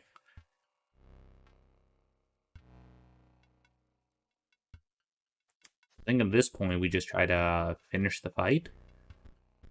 You know, get that overkill if possible.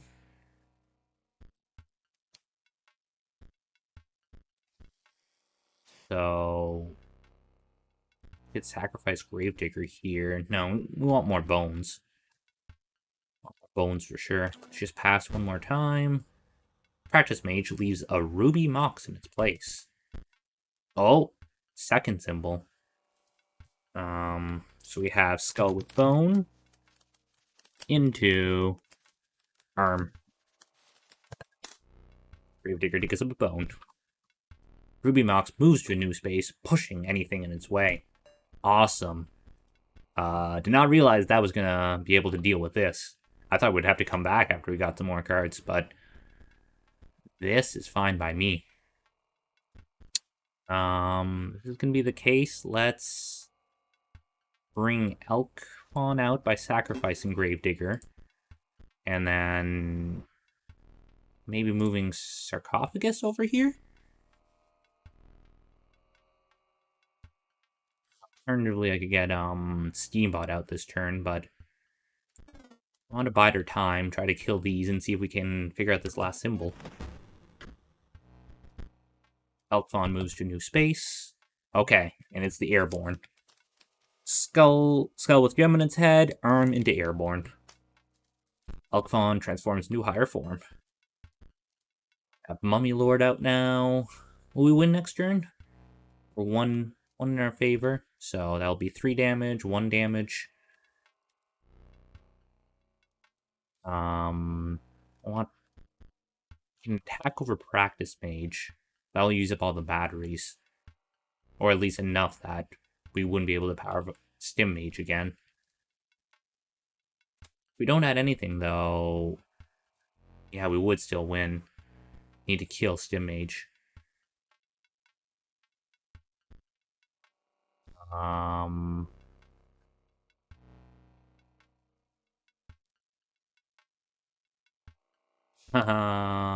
Yeah, let's do... Wait. Let's sacrifice these 2 to bring out Raven, I guess? And then put out Thick Droid, like, next to it. Let's do that.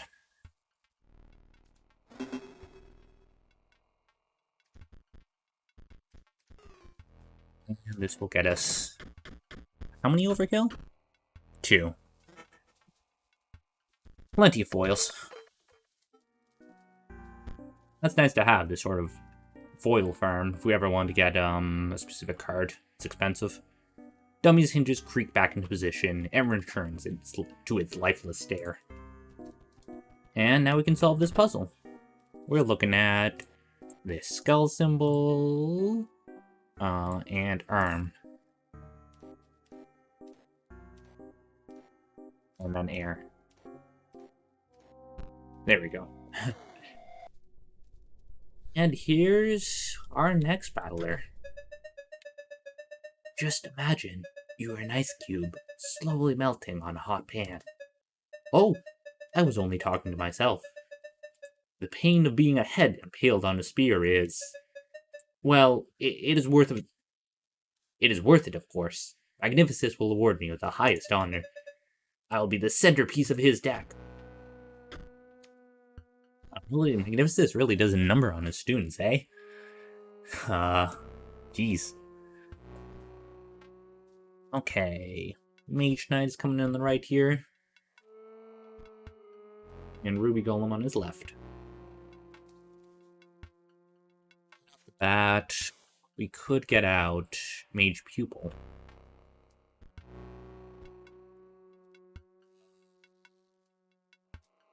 Yes.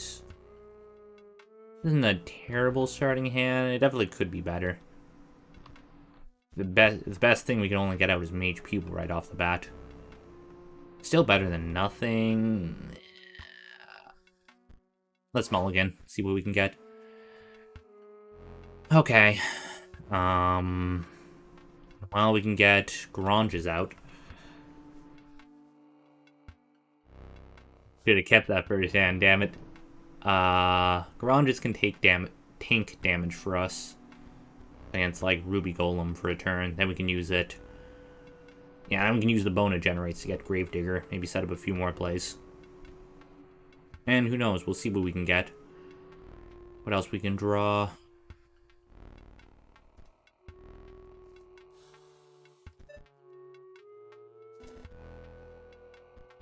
Another Ruby Golem coming in. Apparently just another Gravedigger.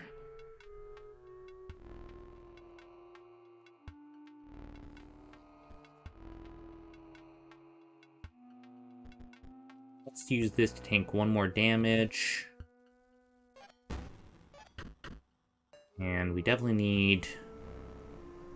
Oof. Did we just lose here? Yeah, it's a pretty weak draw. You can only tank one hit. Don't have enough power to summon anything. So yeah, we just lose. Gravedigger digs up a bone too late. Won't help us now. If Sis was watching, right? Surely I'm only to wait a bit longer. Back to my mantras. Okay, give that another try. Just imagine you're a cloud floating above the game. Oh, you want a rematch?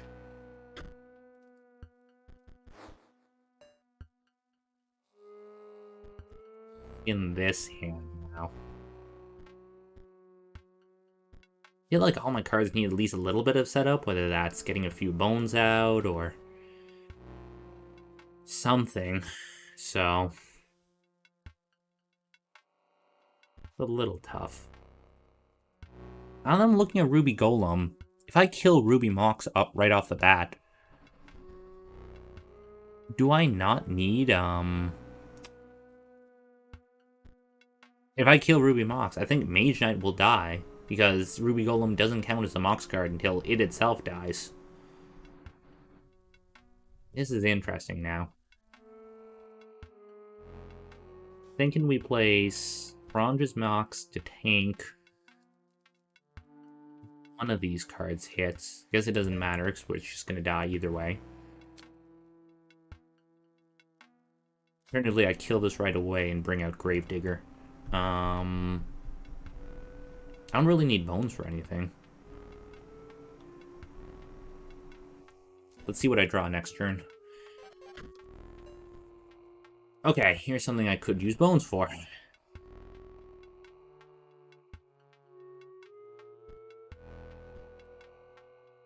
Puts me in a bit of a tricky situation. I think I want to kill Garages here to bring out Gravedigger, which I could bring out Fawn with, I think, next. Digger into Fawn. It's definitely harder to get these one-cost sacrifice cards out without any squirrels.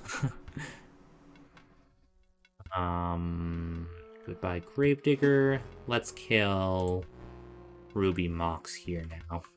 And this should kill Mage Knight as well.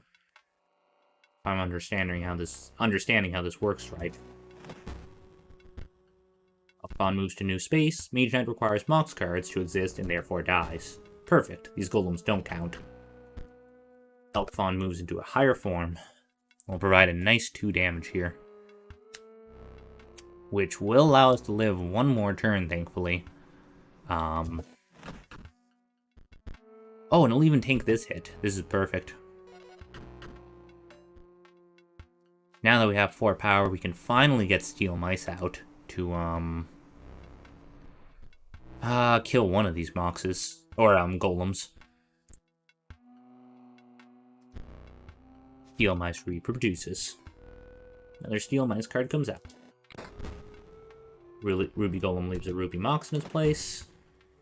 And we kill... Ooh, that Ruby Golem and the Orange Mage underneath it. This is fine. Alta taking all these hits.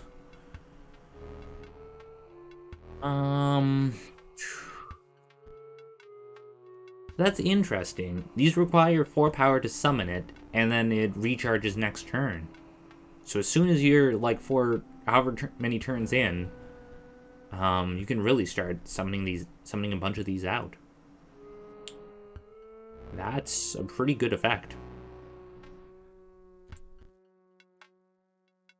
Let's summon this guy here. I don't know. Let's do it here. Get another one for a hand. And we're able to use Overkill to defeat this Ruby Mox coming in. Okay, now we can look at maybe destroying one of these Steel Mice to summon a Steambot in its place. I think that's all we can do this turn. 1 point in our favor. There's more cards coming in. Ooh, we have some bones that could power up Oh, we don't have a green, whatever these are called, Moxes anyways. I'm really liking these tech cards now that I fully understand what they do. I feel they're pretty strong. It definitely takes a few turns for them to get set up. Once you do, like, get an infinite sacrifice source with this, that's pretty powerful. See, maybe actually I will get a sarcophagus out this turn. I'll kill one of these steel... Oh, I won't have enough bones for that. Unless I kill Steambot as well. Hold on, I'll get 3 attack this turn. 1, 2, 3. This will put me right on the cusp. Okay, let's do that. And this next turn I can figure out how I can get maximum overkill.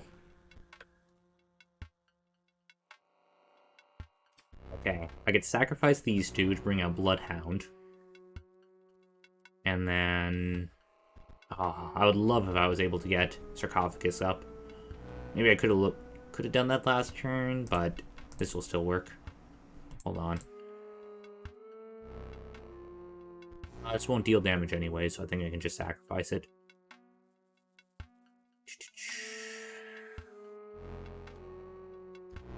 Yeah, do this here, into Revenant here.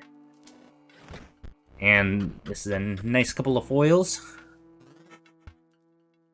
Really starting to get a fat stack. Revenant collapses into a pile of bones. And we win. That will not be central to his strategy. I care not. He can use me as a chump blocker. I have mastered disappointment. That's rough, buddy. Take this pack. Yeah, you received a magical card pack. I think we've seen all 3 variations of these Moxes. Last one being Orlu's Mox, being Ruby or Orange Gem and Blue Gem. We've seen all of these cards, I believe. We've seen Skelemagus? Yeah, it requires Mox card as well as 2 bones. So that's pretty interesting.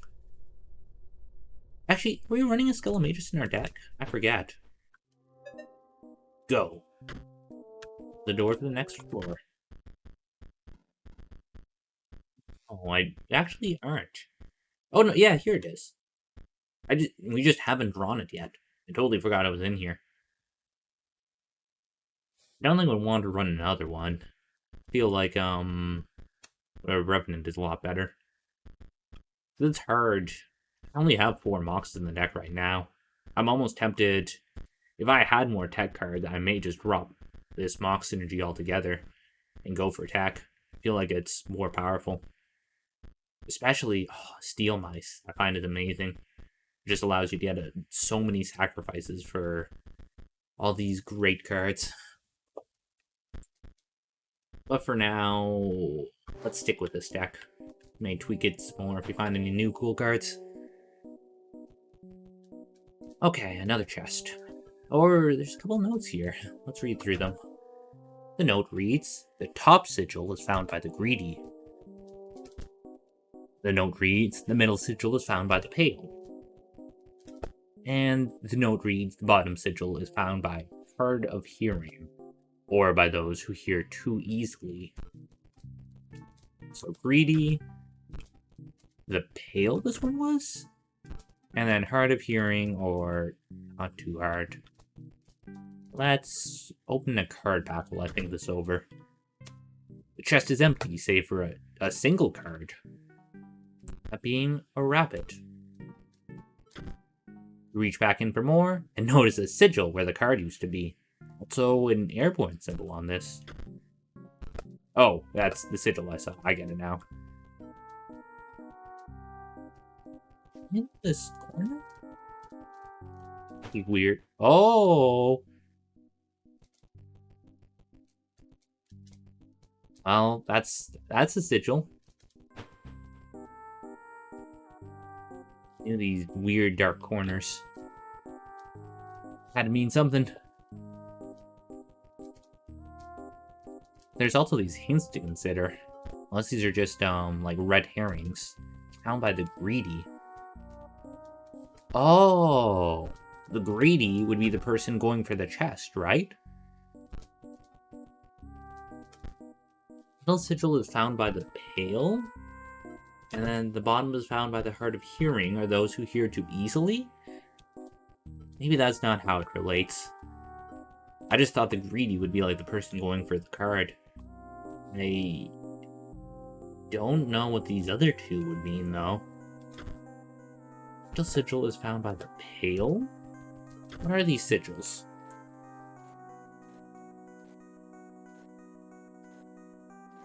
By the greedy. I'm still leaning towards air, because it's in the chest. The middle sigil is found by the pale? Which one was up there? It was this skull? And then if we know these two, we can almost just flick through these.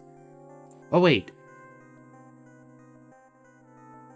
It's the rabbit symbol is... Oh. No, I figured it out. Actually, I'm not sure what that last one was, but, you know, process of elimination helped here. At last, stimulation. My test has been sensory deprivation, you see. To unlock the full potential of my mind, you see. It's unlocked now. Cure me, Magnificus. I'm ready. We have to battle? Okay. I like this guy. He's got a lot of energy. Oh, brute force. Brute force is the way to go. Why figure out what a puzzle needs when you can just spam. Gem Fiend. If a Gem Fiend owner controls no mox card, Gem Fiend perishes. Let's aim for this Sapphire Mox right off the bat then. Question is, can we? Does not look like it. Not a fan of having these two Mox cards in my starting hand. Let's mulligan. Oh my god, and get two more back. You can get Gore Mage out with this, but I need some bones. This only has 1 health, interestingly enough. But I think it's more worth it to get, this Sapphire Mox killed. Matter of fact, let's do these two cards out like this. And then pass. Yep. If Sapphire Mox is coming in is the problem.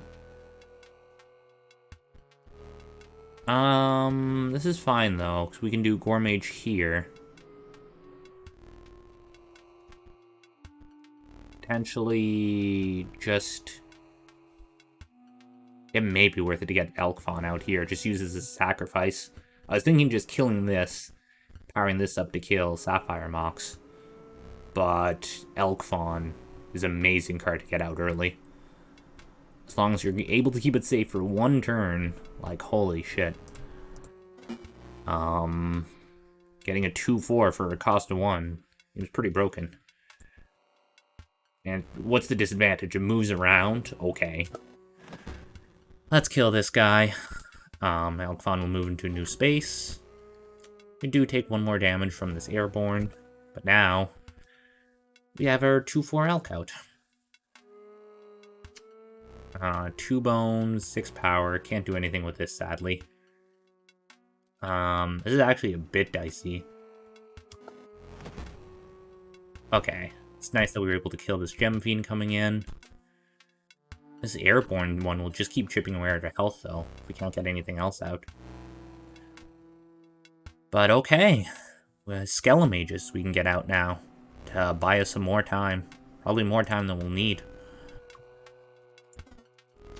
Once we attack with him, these Noxes are dead. Their scales will tip much in our favor. But Skelemages will sadly die.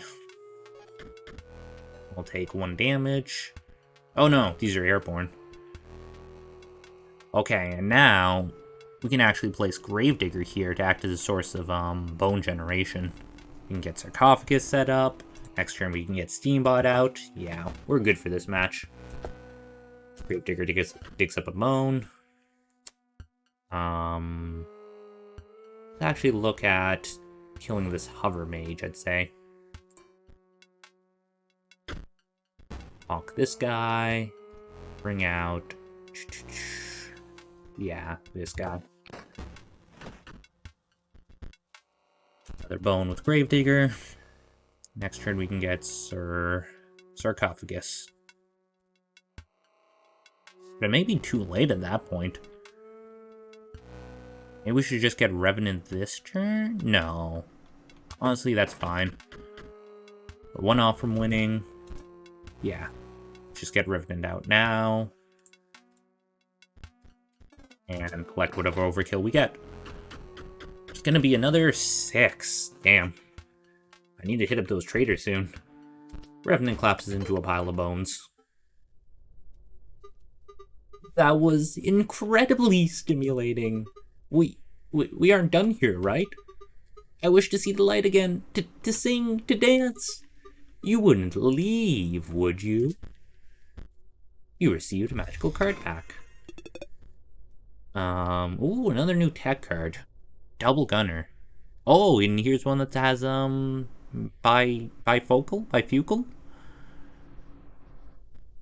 6 power. I mean, it only has 1 health, but still.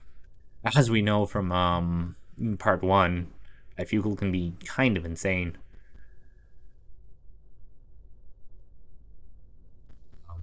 Gem Fiend's a funny card. I just like the art on that. 2/1 isn't great stats, but I guess it only needs, whatever this color is. Take these. Oh, and we have to leave poor... I don't even know what to call this guy. Stimulant Wizard? If I open the door, you'll stop on the way back and let me out. Right?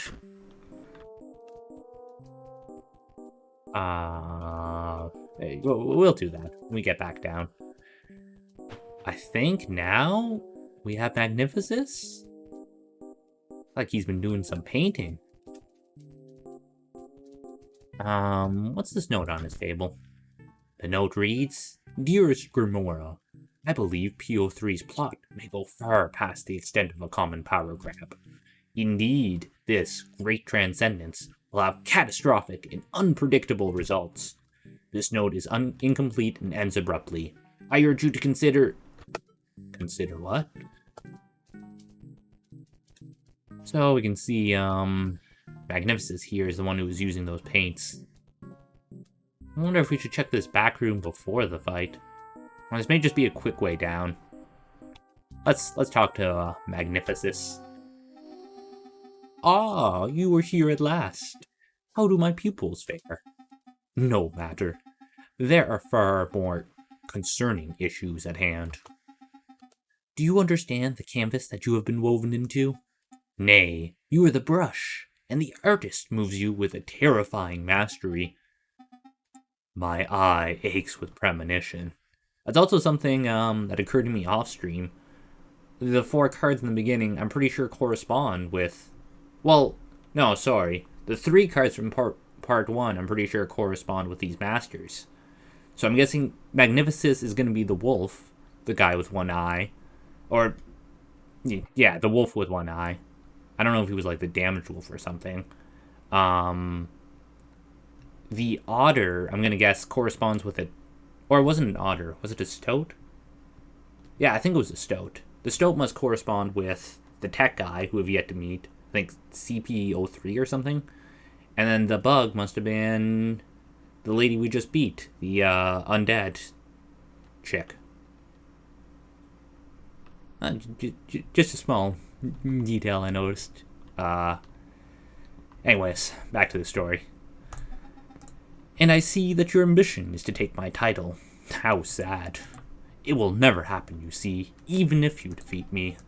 But I am bound by certain rules. First, we must battle. See what this guy brings to the table. Behold, the brush of the scribe of magics. My pupils would die to be painted by it, and live forever as a card. But that is not the full extent of its powers. This card is acceptable. Now for a bit of color. This one needs some bleach. No! What are these effects he's adding? And it looks like this guy is back. Just dancing. I love that. Hold on, can I not? Oh, I think this is... If they get attacked, they take 1 damage.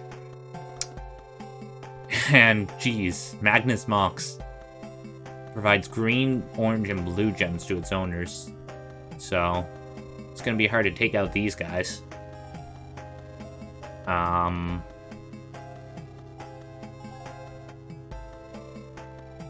Cards on the side of the board gain 1 power. I'm definitely gonna want to target this guy. This one is only gonna have 1 power. Yeah, that's fine. Sucks that we lose some of our own abilities here, though. Also really digging this music. Fucking bopping. For now... Do we get out this guy just to tank this hit?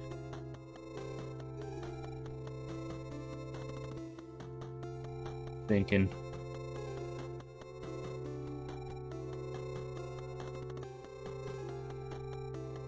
Let's wait. Actually, we can always mulligan our hand, too. Fact. Mox's card on the owner's side of the board gains 1 power. Oh. This is an interesting ability now. I mean, for 4 bones, it's still way too expensive. I think we should mulligan. Oh, and he'll paint some of these cards now.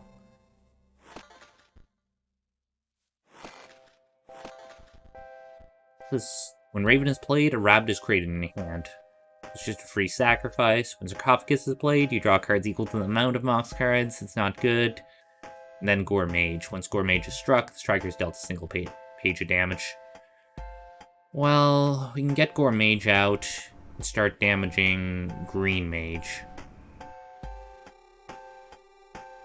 I think that's our best bet here.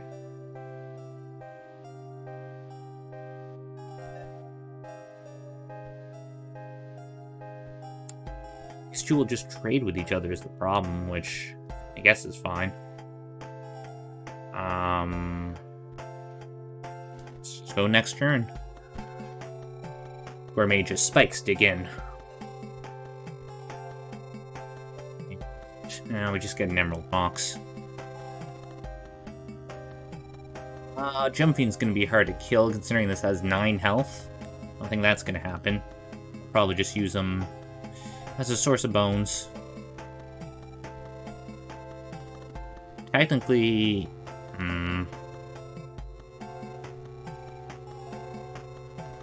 Play this card out, go next turn, see what happens. These two trade. See what we draw next. Ugh.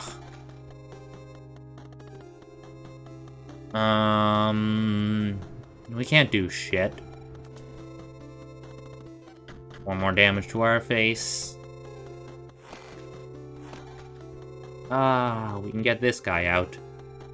Mox cards on the owner's side of the board gain 1 power. Sadly, we don't have any Mox cards left.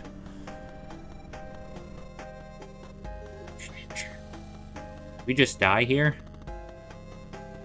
I think unfortunately we do. Damn it. Oh wait, no. We can survive this. Now we have 1 more bone we can tank this with. Sarcophagus draws on the power of your gems, which there are none of. Oh, I could even get Raven out with this. Do I want to, though? Hold on, 2, 3.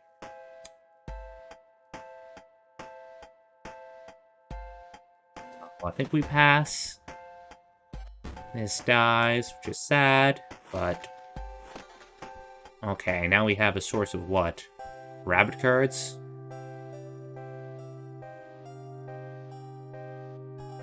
These orange mages are annoying, but at least they don't directly damage us at all.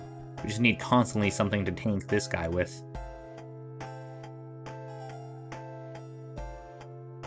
I mean, can be a rabbit card. At least for this 1 turn.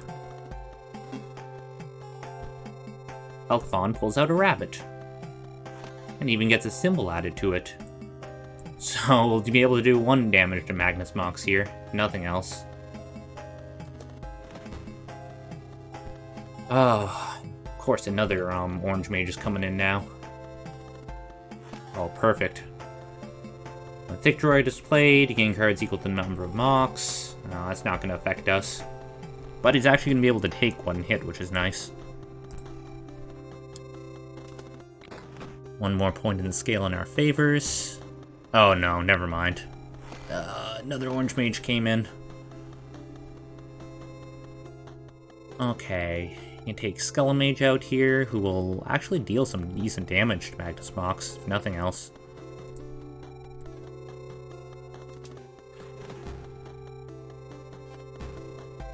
You just need to keep drawing cards, which will get us, allow us to survive.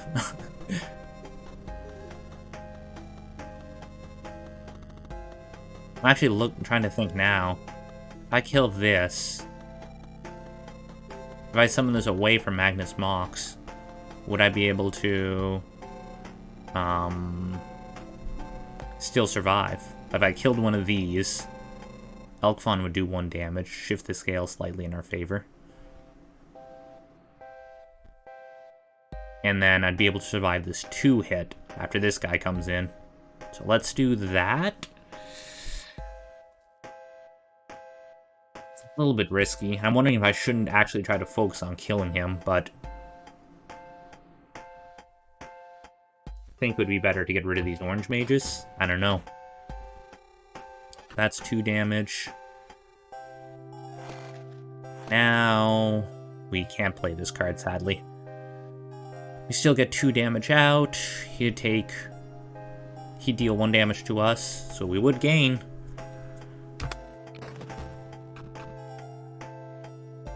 Another orange mage is coming in. Oh, perfect. We have an Emerald Mox that we can use to summon this guy, though.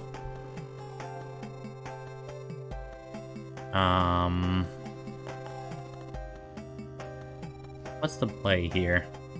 You could put an Emerald Mox here to get Stim Mage out, and then probably just use him as a sacrifice along with Elkfon to get Raven out. I'm wondering if I should get Raven out to target this guy now, or... Yeah, actually, let's try to kill Magnus Mox. And who knows what Phase 2 will hold. Let's do Emerald Mox here, Stim Mage here. Oh, we get a rabbit too. Forgot about that. And then we can get Raven. Actually... Should we kill Emerald Mox here? No, we can actually give him 1 power once we do this. So kill Stim Mage and Elkfon. Raven here, and then put a rabbit here. This guy will still do 1 damage, but next turn I'll be able to kill him. Sweet. This is all fine. I think we just pass. Clear his board. Now the scales are even. We're gonna be seeing what Phase 2 has in store for us. Oops. Here we are. I must be slowing down with age. I may need to set my brush upon my own cards once again. Here it comes. Okay. Each pupil is played, you draw cards equal to the amount of Mox cards on your side of the board. This guy really rewards you if you play your own Mox archetype, huh? Wondering... Wait, do we just win? What the hell? Well, you didn't have a good second phase ability that really helped you there. Magnificus. I don't think there was anything I could set up for some more overkill, but now I'll take this win. Very well, we have battled, and now I may speak. You see, my eye, it aches because it remembers. It was excised by none other than Leshy, the scribe of beasts. And a beast he is, arrogant, single-minded, obsessed with gaining power. But he is far from the worst scribe to become... Hegemon? You see, the ejection of my eyeball is far from the worst thing that can happen around here. You must be especially aware of... Uh-oh. Oh no! Should have charged it before stream, bro.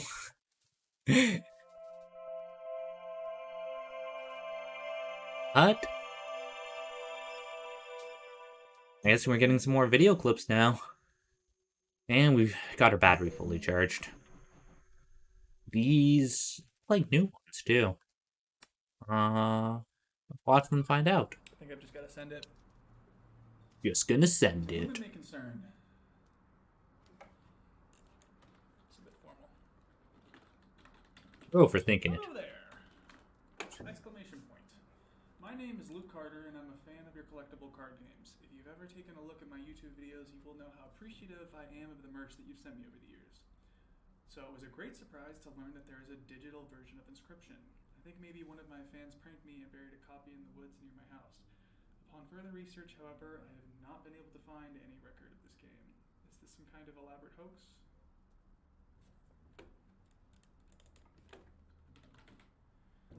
Any trace of this game? Is this some kind of elaborate hoax? The game doesn't seem like the work of a prankster. It at least appears professionally made.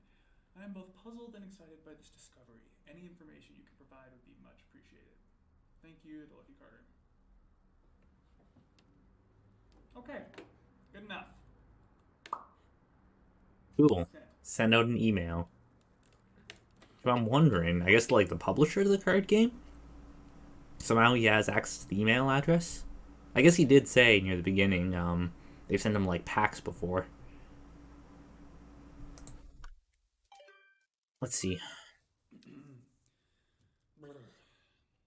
Gamers, I'm the Lucky Carter, and this, well, it's a bit of a strange video. It's actually more of a question to my audience. As I've learned over the years, nobody knows card games better than you guys do, so I'm hoping someone can help me out here. Crack the neck. Did anyone ever play an Inscryption video game? Or hear about it? I played it. I'm talking about that vintage one-set card game I opened packs for last week. I don't know what I'm allowed to say. I don't want to get in any trouble here. I think I've got the only known copy of the digital version of Inscryption. I've been filming myself playing it, and it's weird, guys. I don't want to get in any hot water by showing the footage, but can someone please prove me wrong? Please tell me someone has a copy of this game. I have been looking online for days, and I cannot find a word about it. I reached out to the publishers, hoping maybe they would back to me, but as a fallback, I got you beautiful viewers. Hopefully dig up something. Plot thickens. That's it. That's the video today, guys.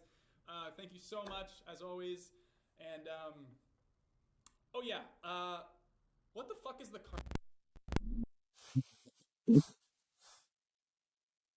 Mysterious. What the fuck is the card?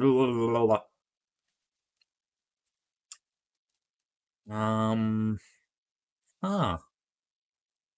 Let's see what his viewers got back to him with, Mr. if at all. Carter, we have received your inquiry regarding a digital version of our intellectual He's a card game guru that's called Mr. Carter? Damn. property Inscription. I can assure you that no such software exists in any official form. However, if you have indeed come into possession of proprietary Game Funa hardware, you are compelled to return it to us under the Computer Fraud and Abuse Act. The hardware will be considered This doesn't exist, but you have to return it to us anyways. stolen if it is not returned to us within a reasonable time frame. Please carefully package the hardware and paste the attached shipping label to the front of the box. You may mail the package at a local post office.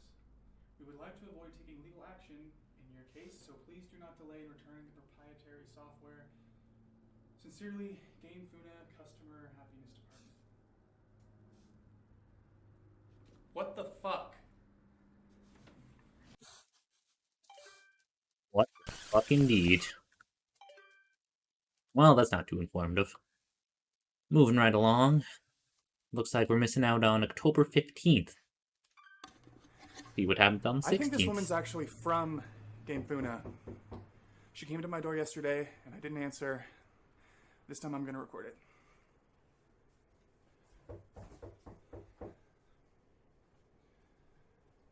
Curious. Hi! Hi there. Hey. I'm floppy disk for a game called Inscription. I was told you came by a copy of it somehow. Sound familiar? No. No? No, I don't know anything about that. Really? Inscription, you said? Yes. No, I don't think so. Really? Because, apparently you emailed us about it. You are, Luke Carter, right? Oh. You know the luckycarter@gmail.com? Yeah, you know what? That's, I am Luke Carter, but that's not my email address. Really? Because, I just noticed because I've seen your videos. Oh. I'm a big fan. Well, thanks for watching. Awkward. Listen, how did you know where I live, exactly? My boss gave me your address. And how did you get past the side gate? It's locked. Okay, Luke. I'm going to give you my business card. And if you remember anything at all, feel free to give me a call. Okay? Will do. Take care. I really want that game.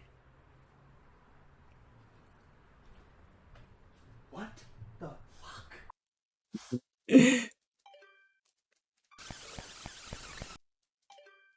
Okay. That's pretty messed up. They really don't want him to play this game. Hey there, card gamers! I'm the Lucky Carter, and this is another pack opening video. Today I'm opening Secrets of Legendaria, hoping for that sweet, sweet foil Valamir. Just can't seem to put his heart into it. Thinking about Inscription.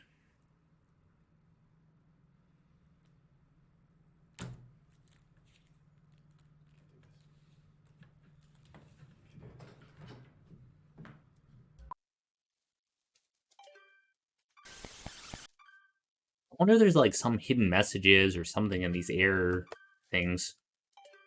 There's like no way they just included them as is.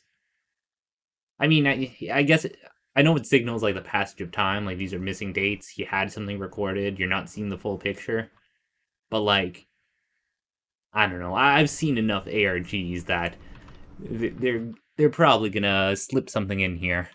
If you're a really diligent fan or whatever, good cryptographer is able to figure something out. That's just my theory, anyways. Avoiding looking anything up before I fully finish this game. Wink. Okay. Maybe we'll dig into it afterwards. The ARG for this is insane. That's exciting. Yeah, let's keep going. See what we can figure out. Let's back here. Top browsing footage. And we were resuming getting another card pack. Me lord. Okay, so this is just what the sarcophagus transforms into. Begin to straight for 8 cards. Otherwise, Squirrel Ball. At the end of the owner's turn, Squirrel Ball will move in the direction described in the sigil and drop a squirrel in their old space. It's another good, sacrifice generator. If you position it right. Oh, 2 card packs. Nice. Wow. Master Orlu. Airborne. Also, when Master Orlu deals damage directly, draws a card for each damage dealt. That's, quite the card there. Well, as we know, Stim Mage, Squirrel, Adder, yeah. Oh. He's just gone now.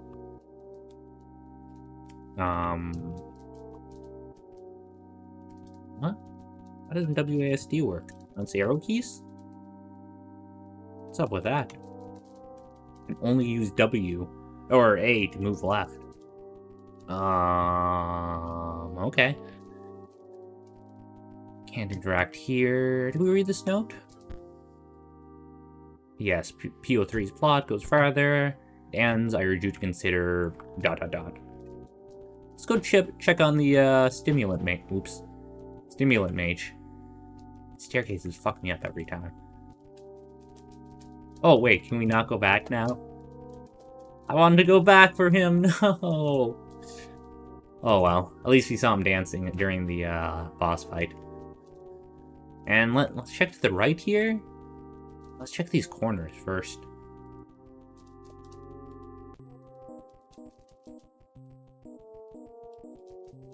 Not seeing anything. Okay, there was something to the right. Is this a sink? I mean, the bottom definitely looks like a sink. There was a tentacle... Where was it? On the dock, too. I thought I heard something there. Not sure if that was just my headset bugging out, though.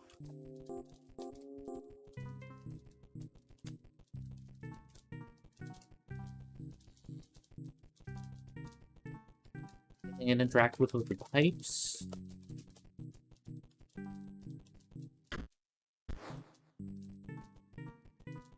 There's something with the tentacles I'm not getting.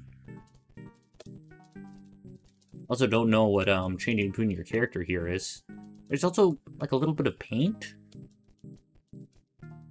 I don't know what's up here. Leaky faucet seems a little sus too.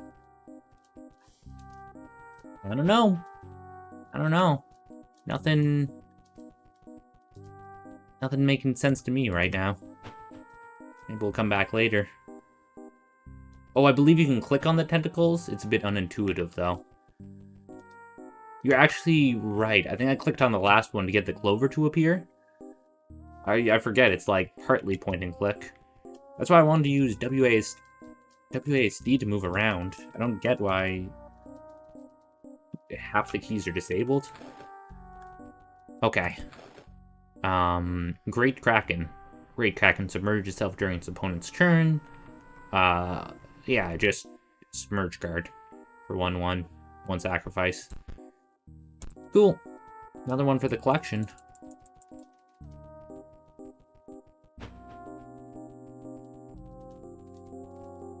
Funnily enough, I think this would like makes me think of like a Wii game in a sense.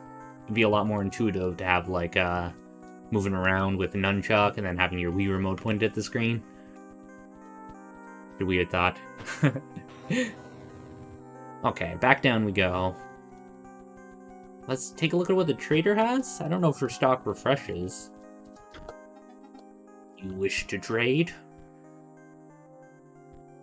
I think this was the same as last time. We have a lot of cards. We could almost go for a pack, but we'll hold off for now. Oh yeah, this was just compendium. This actually looks like it was a card number 1. Cool. Um,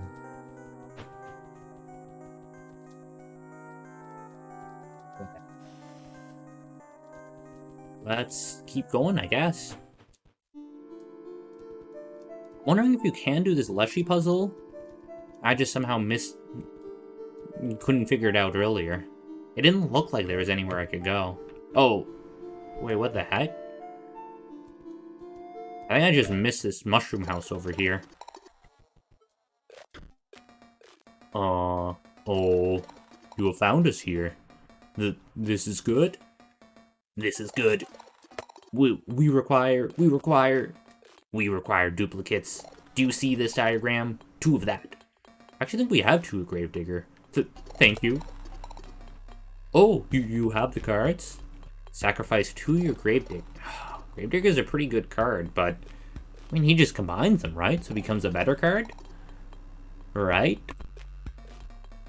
This is good. Close your eyes. This will be gruesome. Very, very visceral sound effects. Thank you. Here's your prize. Okay, 0-3. A Spore Digger. At the end of your owner's turn, Spore Digger will generate 1 bone. Also, at the end of the owner's turn, Spore Digger will generate 1 bone. Wow. This card just became that much better. Card was added to your collection. Does it automatically replace itself? May have even had 3 of them. No, it's just invalid now. Oh, I was running 2 Gravediggers before. So that thinned my deck slightly.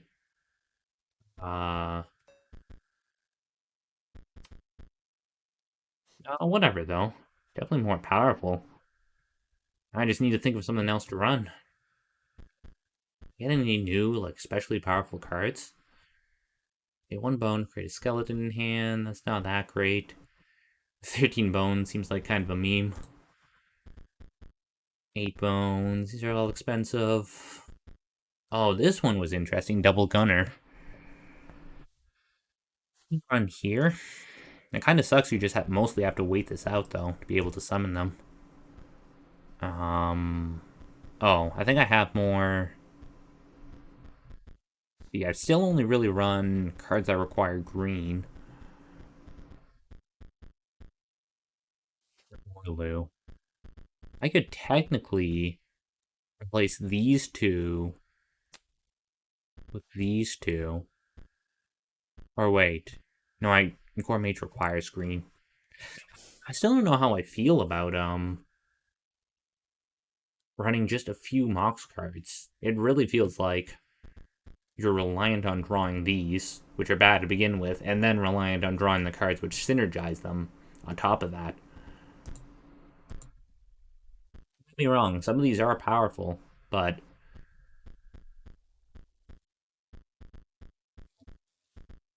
I may replace Mage Pupil with one of these guys.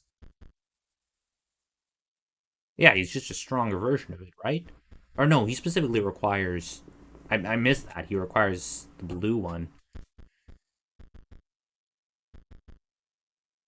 If I do want to carry them over, I'd probably run Mage Pupil, replace Core Mage with... I'd run Mage Pupil, run like 2 of these, and then also run a Master Orlu.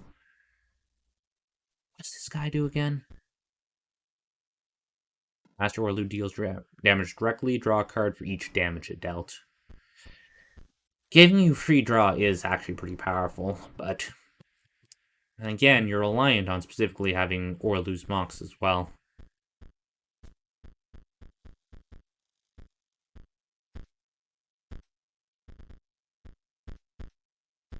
Maybe... Okay, I run 2 of these guys, 2 of these guys. I could just run another Stim Mage. It's almost the simplest. That or another Gore Mage. Because I do have okay bone generation, I guess. I feel like battery generation is like a lot more consistent, though. than Bones, which is like really temporary or relying on you drawing a Gravedigger. But to be fair, I did just get the Spore Digger, which makes bone generation that much quicker.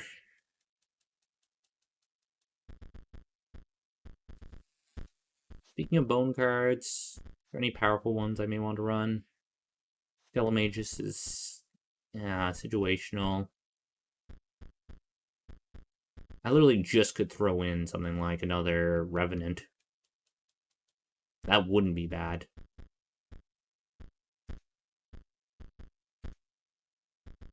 Otherwise. Fucking Rabbit, just for the free sacrifice? Nah. Maybe another Revenant? I feel this is so strong a card. Like, only 3 bones.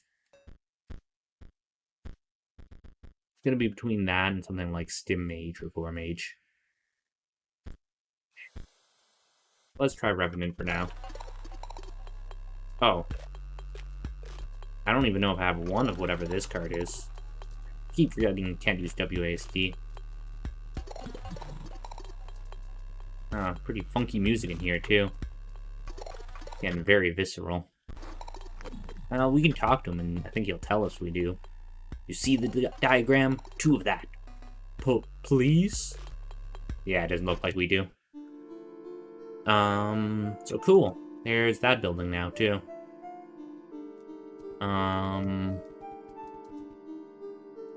Here's these docks. Can't exactly go up into the mountains. Nowhere I can explore around here. I couldn't click on the boat here, could I? Oh! What do you want? Woof. You probably saw that the bridge is fixed. Now they want me to give you deck building tips. Like, use your rare cards. They are more powerful than common cards. But I sure am sick of being around those scribes. Each has a more twisted ambition than the last, I tell ya. Oh, so just use rare cards? That's your tip? Jeez. I'm sorry, lady, but not much of a tip.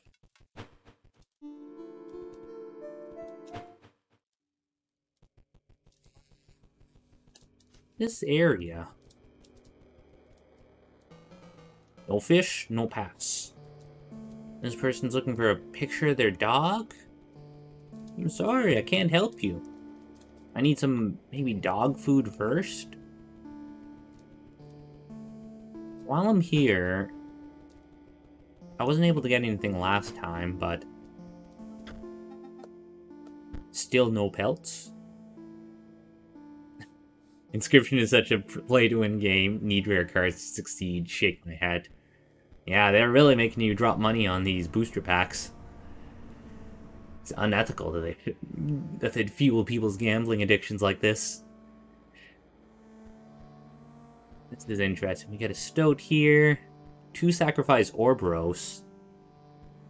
That actually carries over from the first run. That's hilarious. I mean, for a 4/4, 4/4 for 2 cost, I definitely think we need to pick this up. Another one of these also isn't necessarily bad. That Waterborne ability, in addition to providing an energy cell, is really great. Orboros and his Exodia by itself. You're not wrong.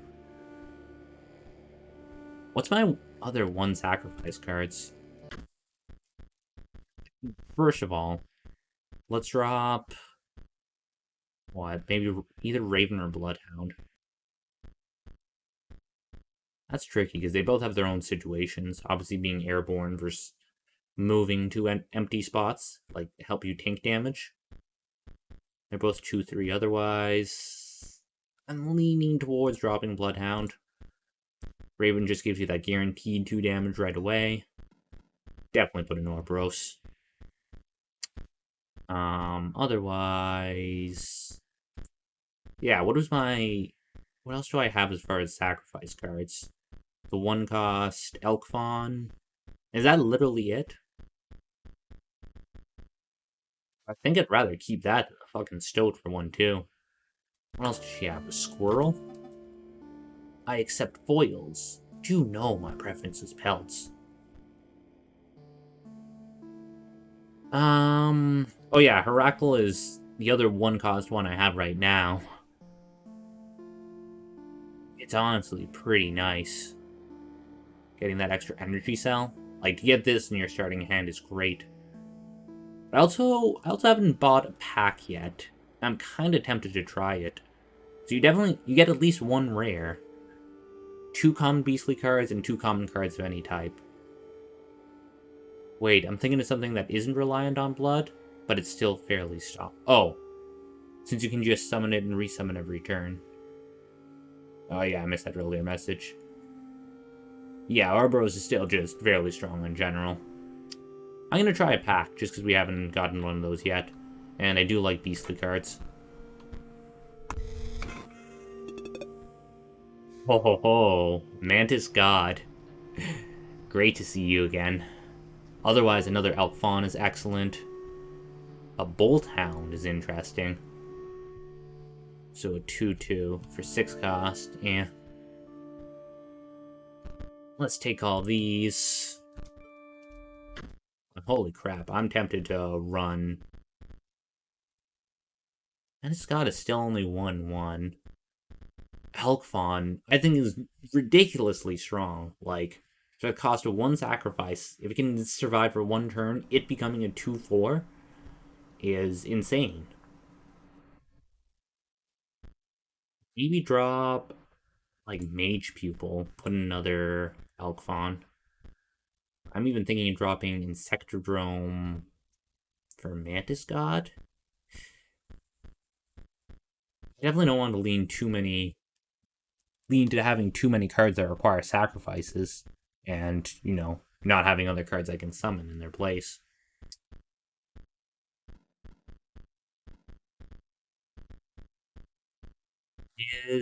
I don't know. Where is it? It was a rare card, but Oracle. Is it that good? I mean, getting that extra battery is pretty nice. But 1/1 Waterborne effect is nice too. You have to accept that you're going to take some damage, but it can still chip away at definitely tough opponents.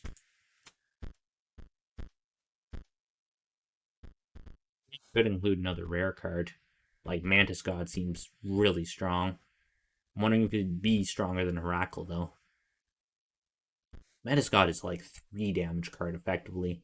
And if you place it right, like, you can be safe while taking out other cards. I think he's stronger than Herakle. I am mixing all the different archetypes here. Oh, crap, I don't know what I removed.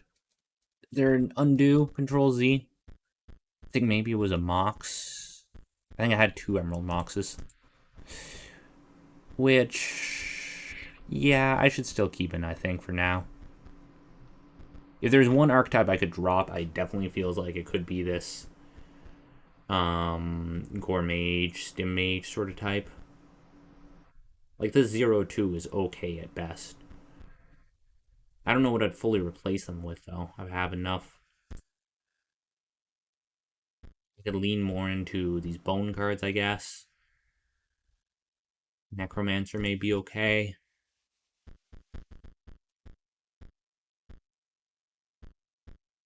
Obvious is pretty strong, but I find 4 bones actually kind of hard to get out. Necromancer. Kafkist, Walkers, Frankenstein. These costs are getting too expensive. If I were to drop these, I'd probably start running stuff like Broken Opal. Skeleton's just a nice free card to get out that will generate a bone, it'll deal 1 damage, otherwise could be used as a sacrifice. This is a free card now that I'm looking at it. Maybe that I can run. I think I'm gonna drop anything that relies on these Mox cards, which, who knows, I may end up regretting. But I think it gives more room in our deck to try out new combos and whatnot. Put in Tomb Raider.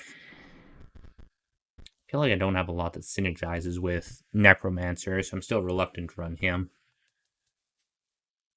Maybe a Broken Noble. I think one Skeleton just is a nice free card. A Broken Noble, you essentially get like one free bone net. Oh no, you get one when he dies too, right? No, just 4 instead of 1. So it is just 1 free net. Definitely, I just need like a few more cards to give me a stronger opening hand. I feel some of these bone ones could do exactly that. Maybe I'll actually... You know what I'll do? I'll go to, the trader in, the Bone Lady's place. Return to me when my subordinates are defeated.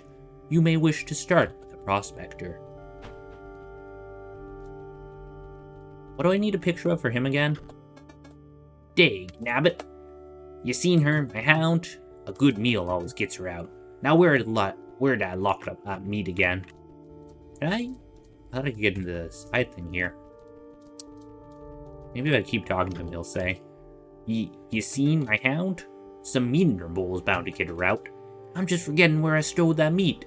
Inside somewhere? I think it's probably inside. I could probably fight him here. Before we do, let me do this. Run over here. Pick up. Is the trader... Downstairs was the guy that required a sacrifice. Was the trader up here? No, this was the mirror. Can you not even switch... Oh. There's a few different characters you can switch to here. Oh, is it all the heads, I'm gonna guess?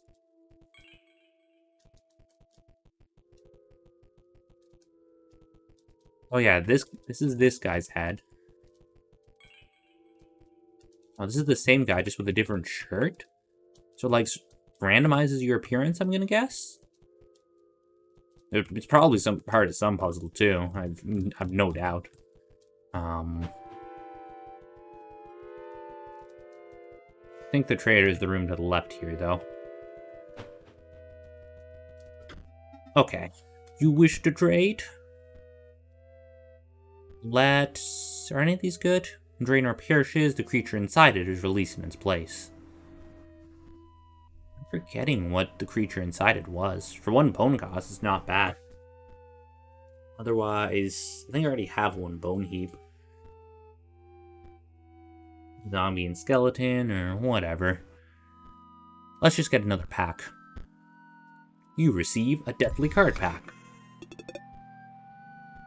Another Tomb Robber is the rare card, which is a bit disappointing. Otherwise, Banshee will strike an opponent directly, even if there's a creature opposing it. The cat is an interesting one to get now. It still requires 1 sacrifice to get out, but then it provides an infinite source. Banshee will strike an opponent directly, even there's... Yeah, it's just airborne for 2 cost, which isn't that great. We'll add these to our collection.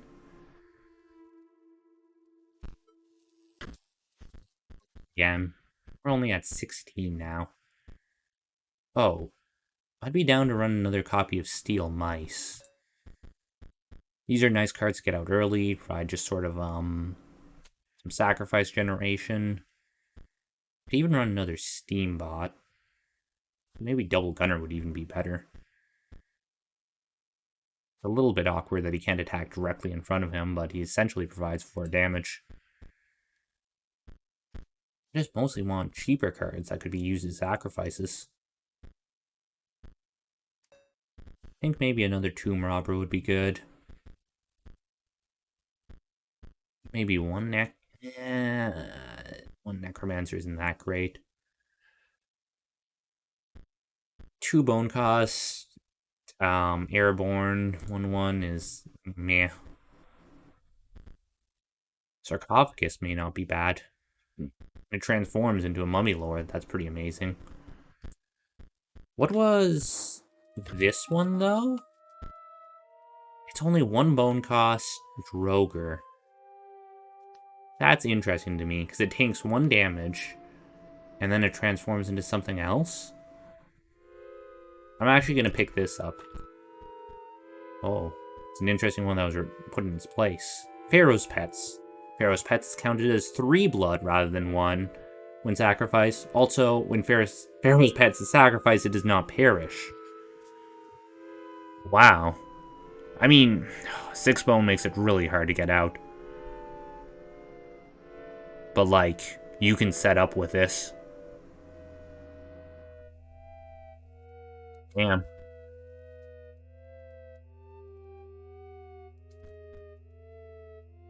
I'm gonna pick this up just cause. I'm not even sure if I can use it right away.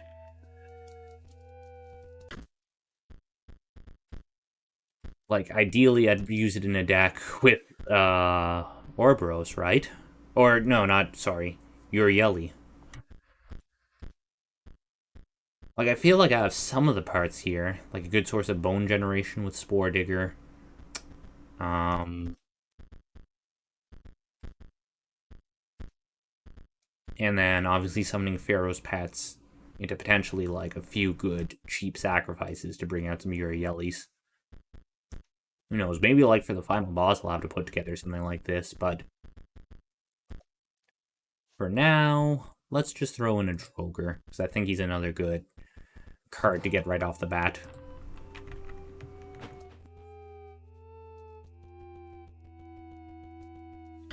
I'm wondering now before... Sorry if I keep pausing to look at these. I'm just trying to turn it over in my head. What was nice about having these before were, if I summoned these guys, the Moxes, they still provided bones if they were just used to tank... used as, yeah, tanking damage. Do I still have, like, cards that function like that? I think the only one that really do, that I can play right off the bat and provide easy bones with, are these Tomb Robbers, which I only have 2 of. I just have 1 skeleton, and then this Droger now. I just feel like, right when I'm starting this game, I may not have that many options off the bat while I'm waiting to get battery charges and, like, other cards up for sacrifices. So maybe I'll drop something like a double gunner in place of, I don't know, something I'd be able to summon for free, like... Rabbit feels like a bad card. I could literally run just one of these. Well, Rabbit can also be used as a sacrifice as opposed to one of these, which would just be a bone.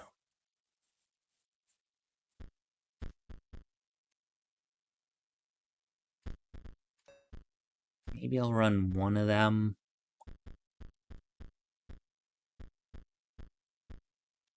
These free cost cards are underrated. Just being able to use this as a sacrifice and as a source of bones. I made some big changes to my deck. Haven't played it in a while, so I definitely should get out of here. Try to get into a battle and test it out.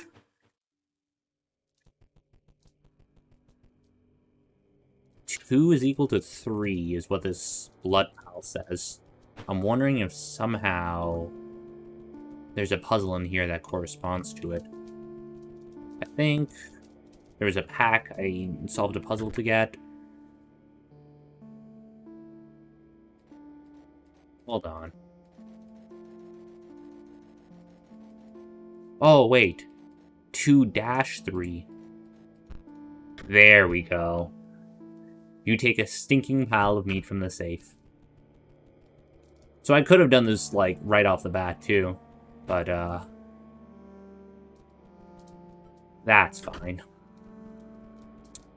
Quick, let's take a picture of the dog here. And show it over to our friend the prospector. Well, I'll be darned. That's my girl. I'll let you pass me and into yonder pond. But dang nabbit, first we gotta battle.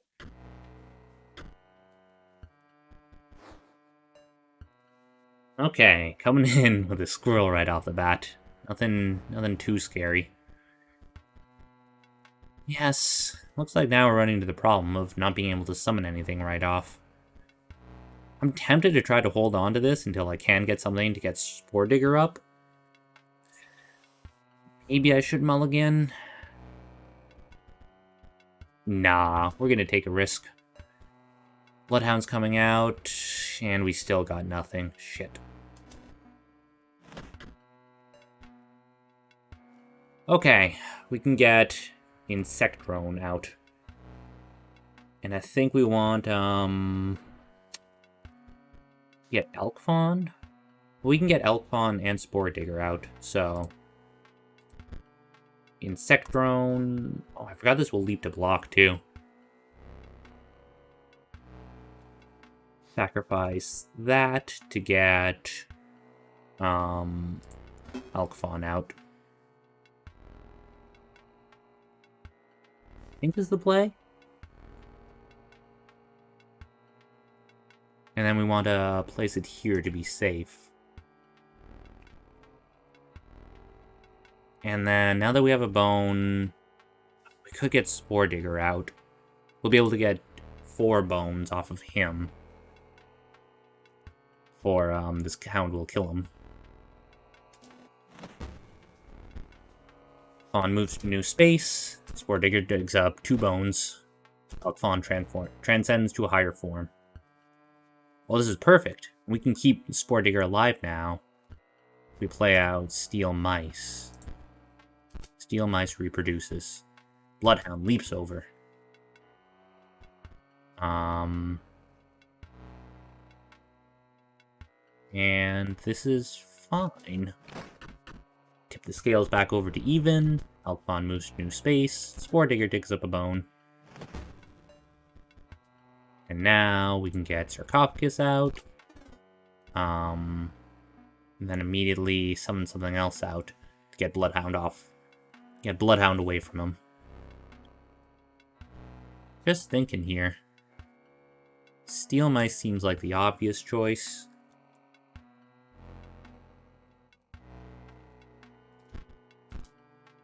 Steel Mice reproduces. Is there anything here that we want to kill? We could kill Spore Digger since I don't think we need any more bones. What do we summon in its place? Raven?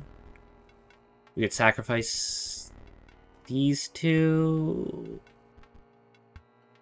Then Bloodhound would be attacking it. What would this get us to? 2, 4 damage, 5. Well, that would just get us to win.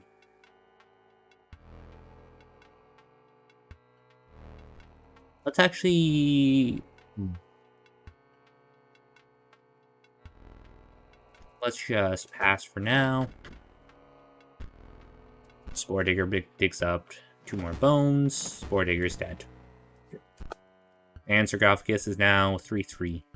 Looks like we'll win this next turn. Now it's just a matter of overkill. I think what we can do... Summon Rabbit and Steel Mice. Summon 2 of these guys. Or, sorry. Summon this guy, who's airborne, and will just attack over.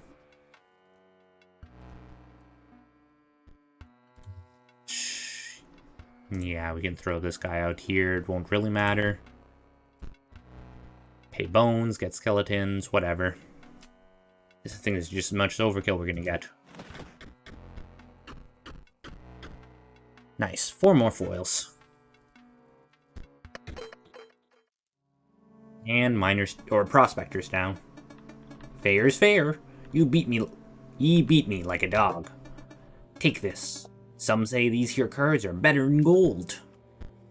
You received a beastly card pack. And we get another one of these as a rare. Ooh, and also field mice, which we know is the next target for the mushroom guy. Or guys, if you count the spore growing on him as another person. Field mice is play, creates another copy in your hand. Sort of like the one I have now, but uses sacrifice instead of battery. Another Droger. Cool. Cards were added to your collection. And onward we can go. looking for fish. So look at that.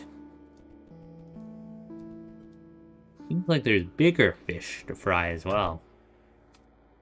Place the photo of bait on the line. Oh, this wasn't even fish. This was just bait.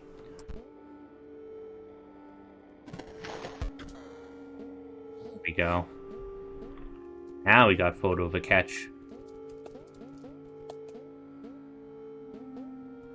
This guy just on here?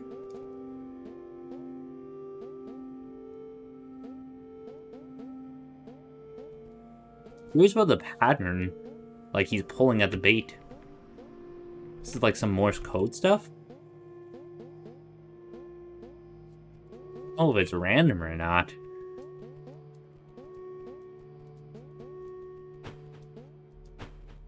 Curiosity. Wow. It's just stuck on there now. Poor guy. Fish. Fresh fish. Good. Still, must beat. Another fight with a good old angler. This starting deck is fine. We have some good generation as soon as we get a few battery. Otherwise, we have this for early on. Tomb Robber.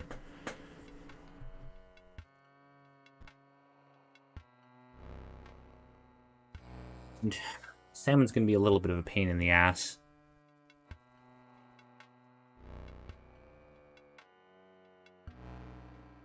Want to keep this guy alive for now.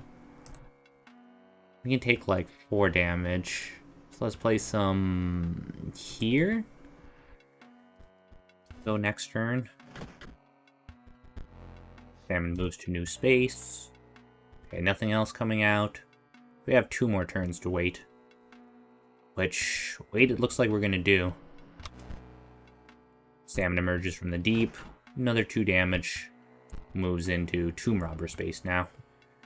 And thankfully now we can also get out, Insector Drone here. Which, I guess we'll place here to tank out another hit next turn.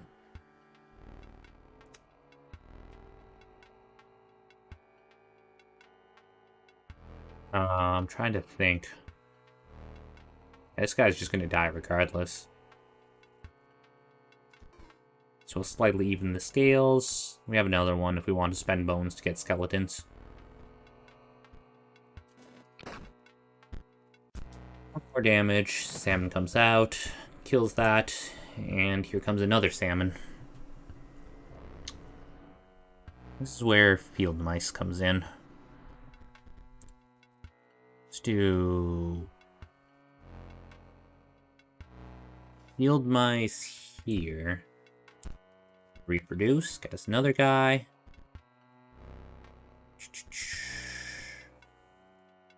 We'll just pass here. Reason to summon anything else. Both these guys die. Sam moves to new space. Okay. Now we can do, like, field mice again to tank. Hold on. What do I want to do here? Maybe rabbit into elk fawn. Wait, I'm 1 away from death. I'm 1 below. If both these guys attack, I die. These are 2/2s, I think? No, I think I can still do this. Rabbit into elk fawn. I'm gonna guess away, like, over here. And then we can use, like, a thick droid to lock 1 of these damages. Otherwise, just summon sarcophagus over here to transform. And that should give us enough damage here.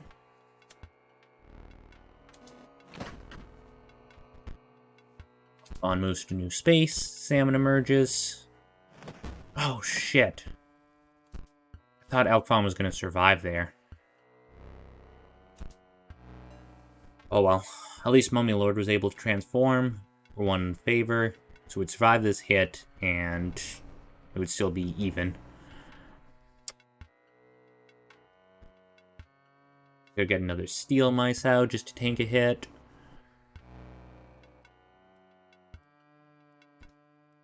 Actually, this is good.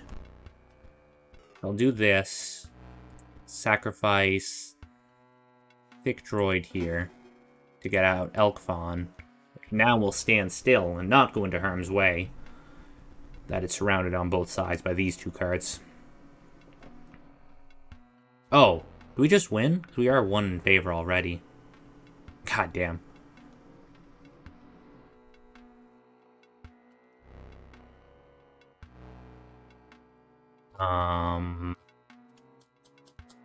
True.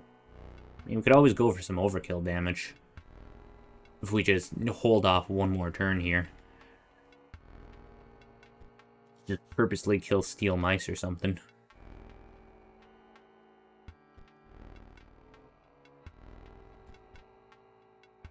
Use this to tank some damage. Purposely kill steel mice.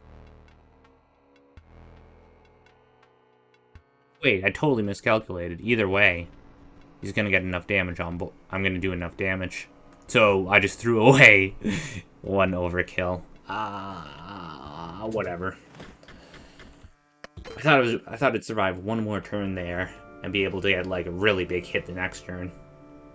No such luck. Oh well. You beat, you pass.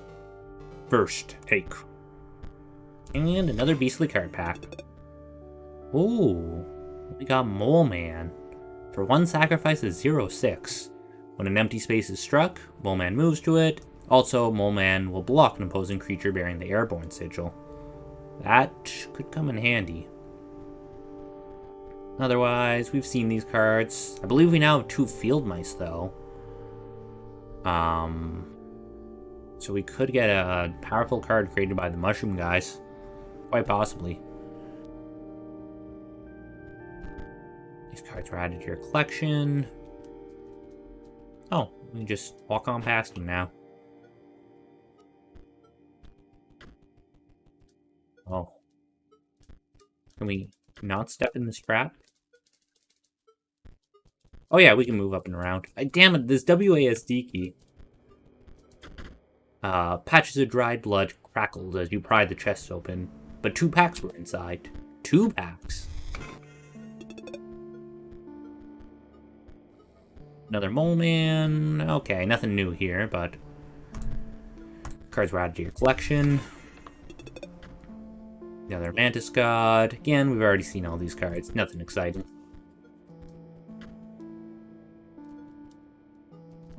Hold on, if we block his path... Oh, we just not interact with this guy? I thought it would be a matter of, like, trying to chase him into the trap. Does not seem possible? I'm afraid to step on this. I mean, yeah, I'm definitely gonna, like, get damaged somehow. Unless I, like, push it? No way. This is gonna fuck me somehow. Oh, you can push it. I guess... How does this work? Oh. Wait, what? Come on. He won't ever jump out a hole. He's... There we go. And now we got a pelt, I'm pretty sure. The trader could give us something nice. Out of curiosity. I saw those eyes over there. I don't think there's any extra hidden areas. This kind of reminds me of, There's another ARG, Petscop, which has a similar sort of puzzle. Where... the whole point of the game is you have to catch these pets. And you need to, like, move them into a certain... You need to block one of their paths. So they move a certain way and, like, walk into a trap, essentially. This puzzle was very similar to that. Almost wonder if it was a homage. I wouldn't be surprised. So look at that. With our monocle, we could see there's a small trail of paint over here. few players visit me here, I sometimes ponder what my gameplay purpose was. Oh, very meta. What? Oh, it is clear now that you wish to know more. What can I tell you? I have glimpsed the old data, and I will speak nothing of it as a kindness. I will repeat myself. I will speak nothing of the old data. To know it is to die. Two players are never deterred by that. What can I tell you? It is corrupt knowledge, so evil that it corrupted the disc. Inscription the good? No. What can you know? Ask the scribes. They don't seem to care for human life. Leave me here to ponder and carve my wood. Being Leshy's puppet has given me much to ponder. Goodbye for now. Okay, that's everything. Few interesting bits of lore, that's for sure.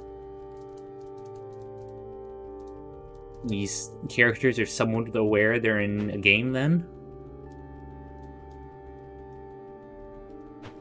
It's also making me wonder, after I clear all of these encounters, if I should like double back and check everything. There must be... Let's see what we get to exchange for this pelt.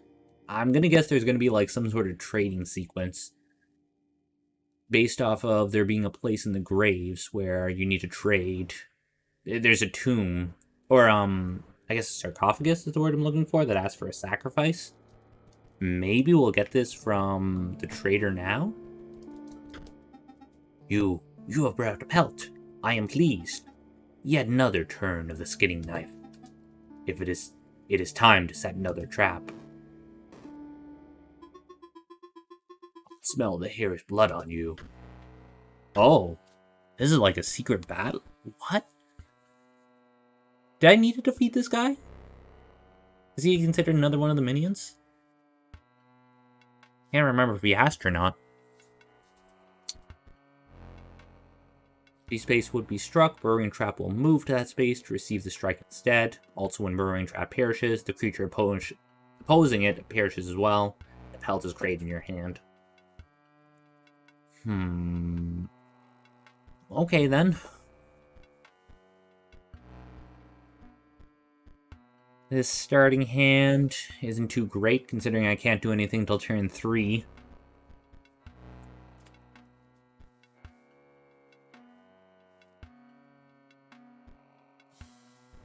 I'm only going to take 1 damage from this bullfrog, and I mean...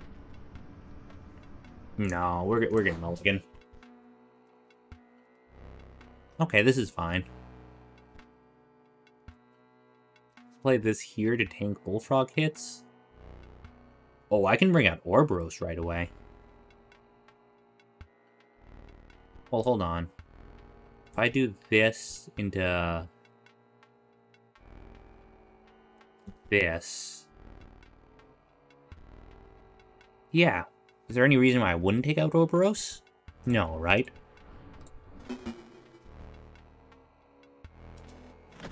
Or damage right off the bat. Damage. And I can even summon Spore Digger. That doesn't even matter at this point. Well, he can tank some damage. Let's place him here. I thought this guy was supposed to move. When empty space would be struck. Oh, he'll move then. Okay, so Orboros will die because he's going to attack into here eventually. Only when struck, yeah. Yeah, it's slightly different from the Bloodhound in this way. Actually, don't want to summon this yet and win the match. Because I want Orboros to die, so it'll just be that much stronger next time.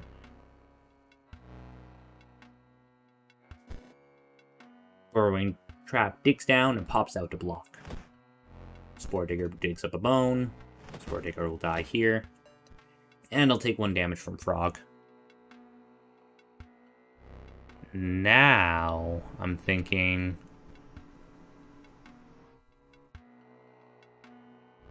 Summon here. I only have 4. I could summon this to take out Coyote. I think that makes sense.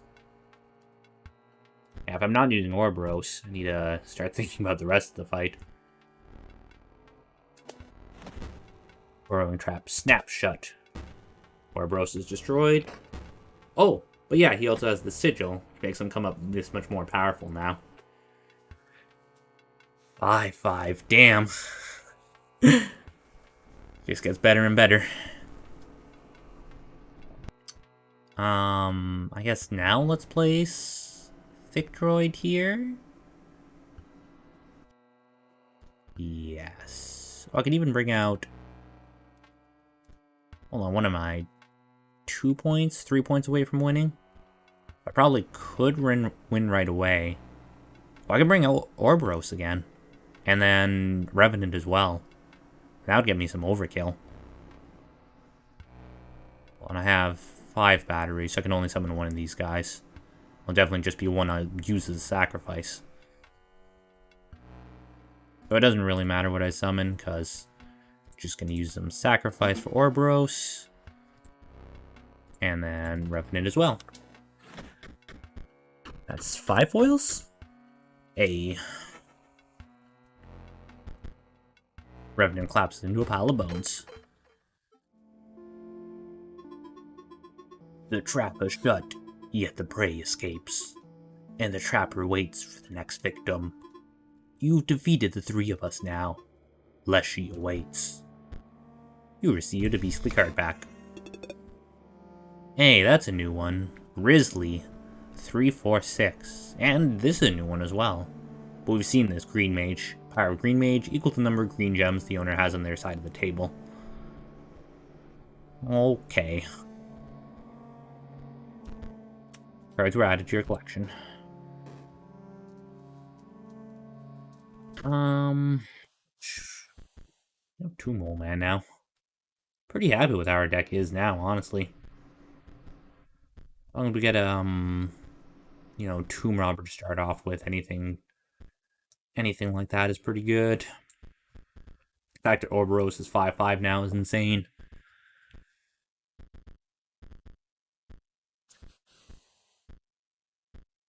Alphon's really good. Raven. Should I drop Raven for something? Do I have any better 2-cost cards now? Elk isn't honestly bad for 2-cost. I'd still prefer just to run another Fawn if I had one. The fact that it just transforms after 1 turn is insane. Oh, I can combine Field Mice into something now, too. Let's not forget about that. Let's actually do that before we fight, Leshy here. For the 2nd time.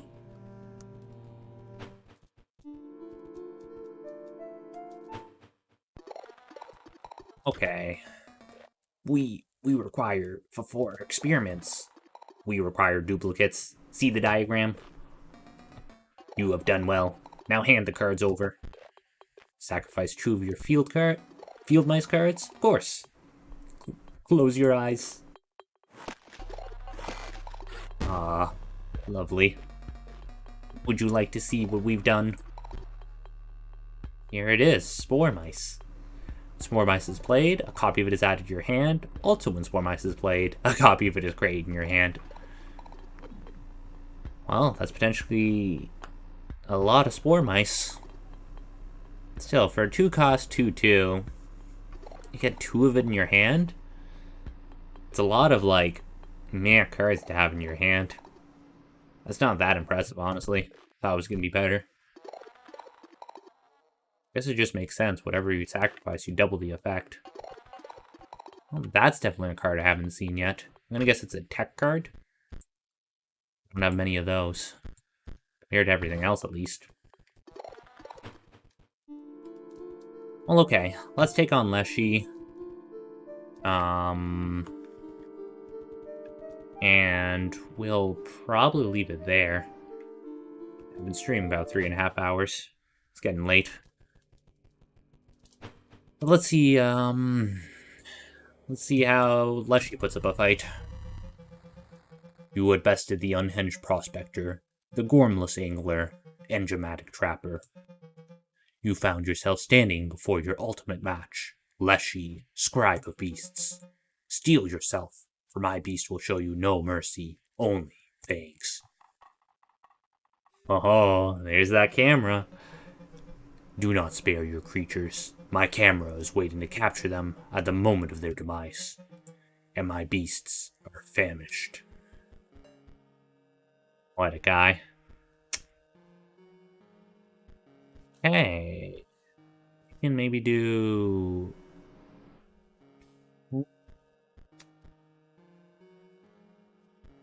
Interesting.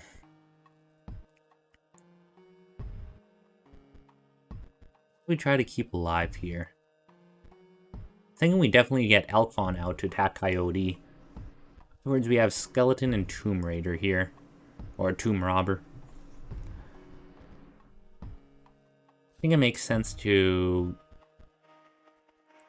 do this. Sacrifice Skeleton here into Elkfon, and then just use Tomb Robber as what do you call it? Block. So that Elkfon moves. New card coming in, Mole. Elkfon transforms to a higher form, a regular elk. Ooh. Now let's also spend one bone here to exhume a skeleton.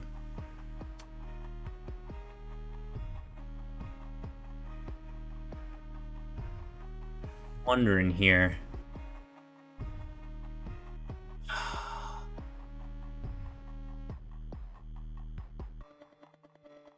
Do we sacrifice it to get out Elkfon? Yeah, or do we sacrifice a skeleton? Oh, you know what we do? Do this to get out Elkfon, for sure. Then we pay another bone to get another skeleton, which I think we just hold on to. 3 more damage in our favor. Elk moves to new space. I'll need a photo of that one's cost. Oh, that was a great one to get the cost of. Fucking free. Elkfon transcends into a higher form. Pretty good board. Now...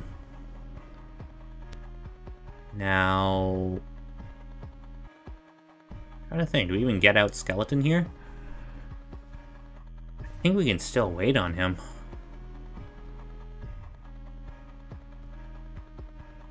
Let's just do... Oh, Mole digs down to pop out. Takes both of our hits. Then Elk will move in the way of Stoat here. I have 2 damage to deal out, which will trigger the next phase. I'm wondering if I get Field Mouse out here. I guess there's no harm in it. It'll just be overkill damage. I don't think will be applied to the next phase, but that's fine. Just get another free card out of it, which is great. Cleared the board, and now we start phase 2. You won't be needing those. I have something better. We never did finish your death card. There wasn't enough death. I hope you don't mind my filling in the blanks. Oh. I didn't know he'd replace what you have in hand. I mean, it's a lot of free sacrifices. Oh, and Mole gets transformed to Mole Man now. Grizzly's coming in, it's a little scary.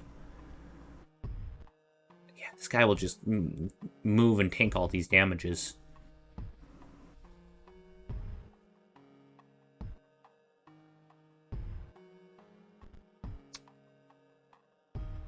I'm thinking here.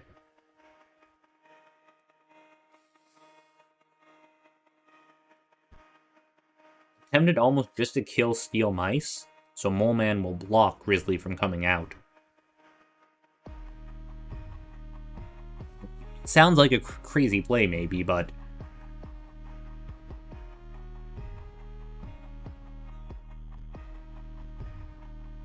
have basically infinite things to tank with. But they're also weak is the problem. Now, if I lay another one of these off the bat, I will have enough damage to kill Mole Man. And then afterwards, we just have to deal with Grizzly. Well, Grizzly will come out and kill this. The next turn, I should just be able to win, maybe? Let's see. Mole Man digs down, pops out a block. Goodbye, Mole Man. Grizzly comes in and kills Elk. 2, 3, 4 damage. Can't win. But we can plop Draugr down here. And actually see what he transforms into, because I've been curious about this. We're set to get some nice overkill damage with this. Draugr releases the creature inside. Oh, it's just a 1/1 skeleton. But I think we get basically two bones net from that, which is honestly pretty sweet. Not seeing any way we can get more damage than this, other than just delaying it, which I don't think we need to do. We'll get a few points overkill. 3, sure. I'll take it. Skeleton collapses into a pile of bones. The great scribe was incredibly bested. Far away, a light enveloped a long-forgotten monument. That's 3 down. One to go. You had triumphed. Narrowly avoiding Tooth and Claw, the Scribe of Beast was defeated. That you were able to defeat me beggars belief, but now I must yield to you. My only regret is that our battle was so brief. Surely the summit of victory is made sweeter by a more arduous ascent. You received a beastly card pack. Imagine his ideal battle involves pulling down the moon on you. Ghost Ship, this is a new one. Waterborne. Also at the end of the owner's turn, Ghost Ship will move in the direction described by the sigil and drop a skeleton in space. We saw this against one of our battles with the undead lady. Kind of tempted to work this into the deck. Getting a bunch of free skeletons. It's just another good source of free bone generation. I'll have to see. We'll take a look after this. We'll see what this other pack gets us. Received a beastly card pack. Another Mole Man. Hawk. Strike an opponent directly. 3/1 airborne. Okay, whatever. And another Ghost Ship, which is nice. What do you have to say? The Scribe of Beast was defeated. That's all. Stop. What is that? Huh? I had to see your face after you lost. You're just so bad. It's no wonder we're back here again. And we would have been even sooner if the disc wasn't lost. Take a long look at this face, because you'll never see it again. I'm done being your pet, you stinking beast. Wait, this guy was his pet before? I pushed it too far that last time. Why don't they see? To live as a beast would be the noblest thing. Even so lowly a creature is a stoat. Any new dialogue now? No. That's weird that he showed up when he did.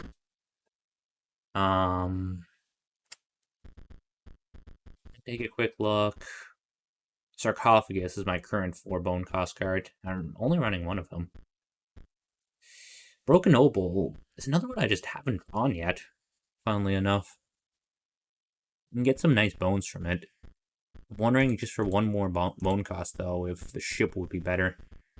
It's weird, though, because it actually doesn't tank for you, because it's waterborne. Instead, you're just getting a source of skeletons from it. 4 bone cost is a little annoying, too. I don't know. I may drop Broken Oval altogether. I don't know what to replace it with, though. Probably see if we go through the tech area more. Maybe we get a 2 battery cost card. That could be good. But think I'll save that for next time. Getting pretty late for me. This was cool though, man. I did not know what to expect from last time, what this game was going to be like, but this is really cool. It actually reminds me, there was an old Game Boy game, literally Pokemon the trading card game, where it was the Pokemon trading card game, but you'd actually move around like in an overworld with gym battles and whatnot.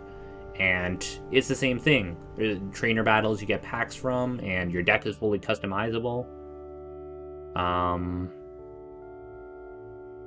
Yeah. I love Mullins games. Is this what the genre is considered? Or wait, was the developer Mullins? I think I saw it in the beginning.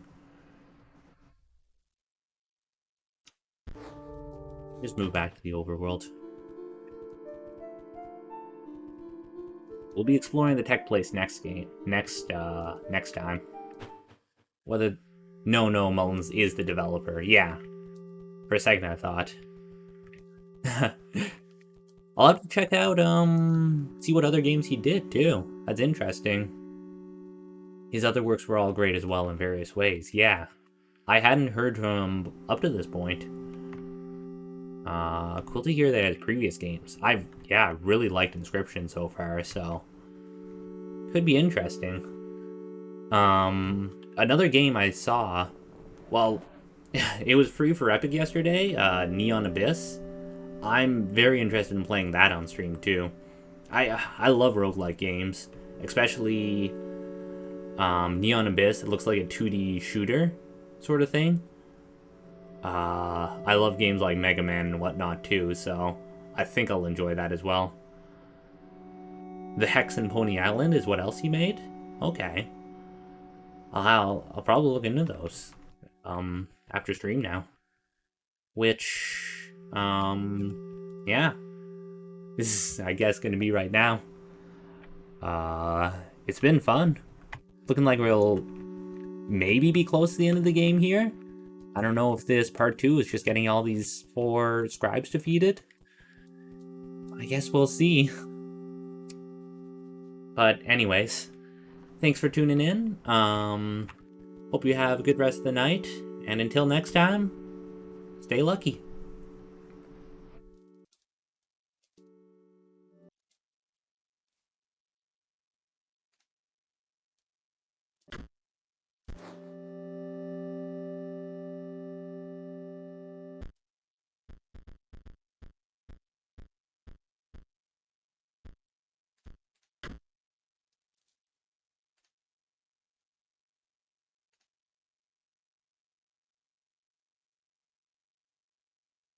Whoops. Forgot I was in studio mode. You had to click transition. Anyways, have a good night.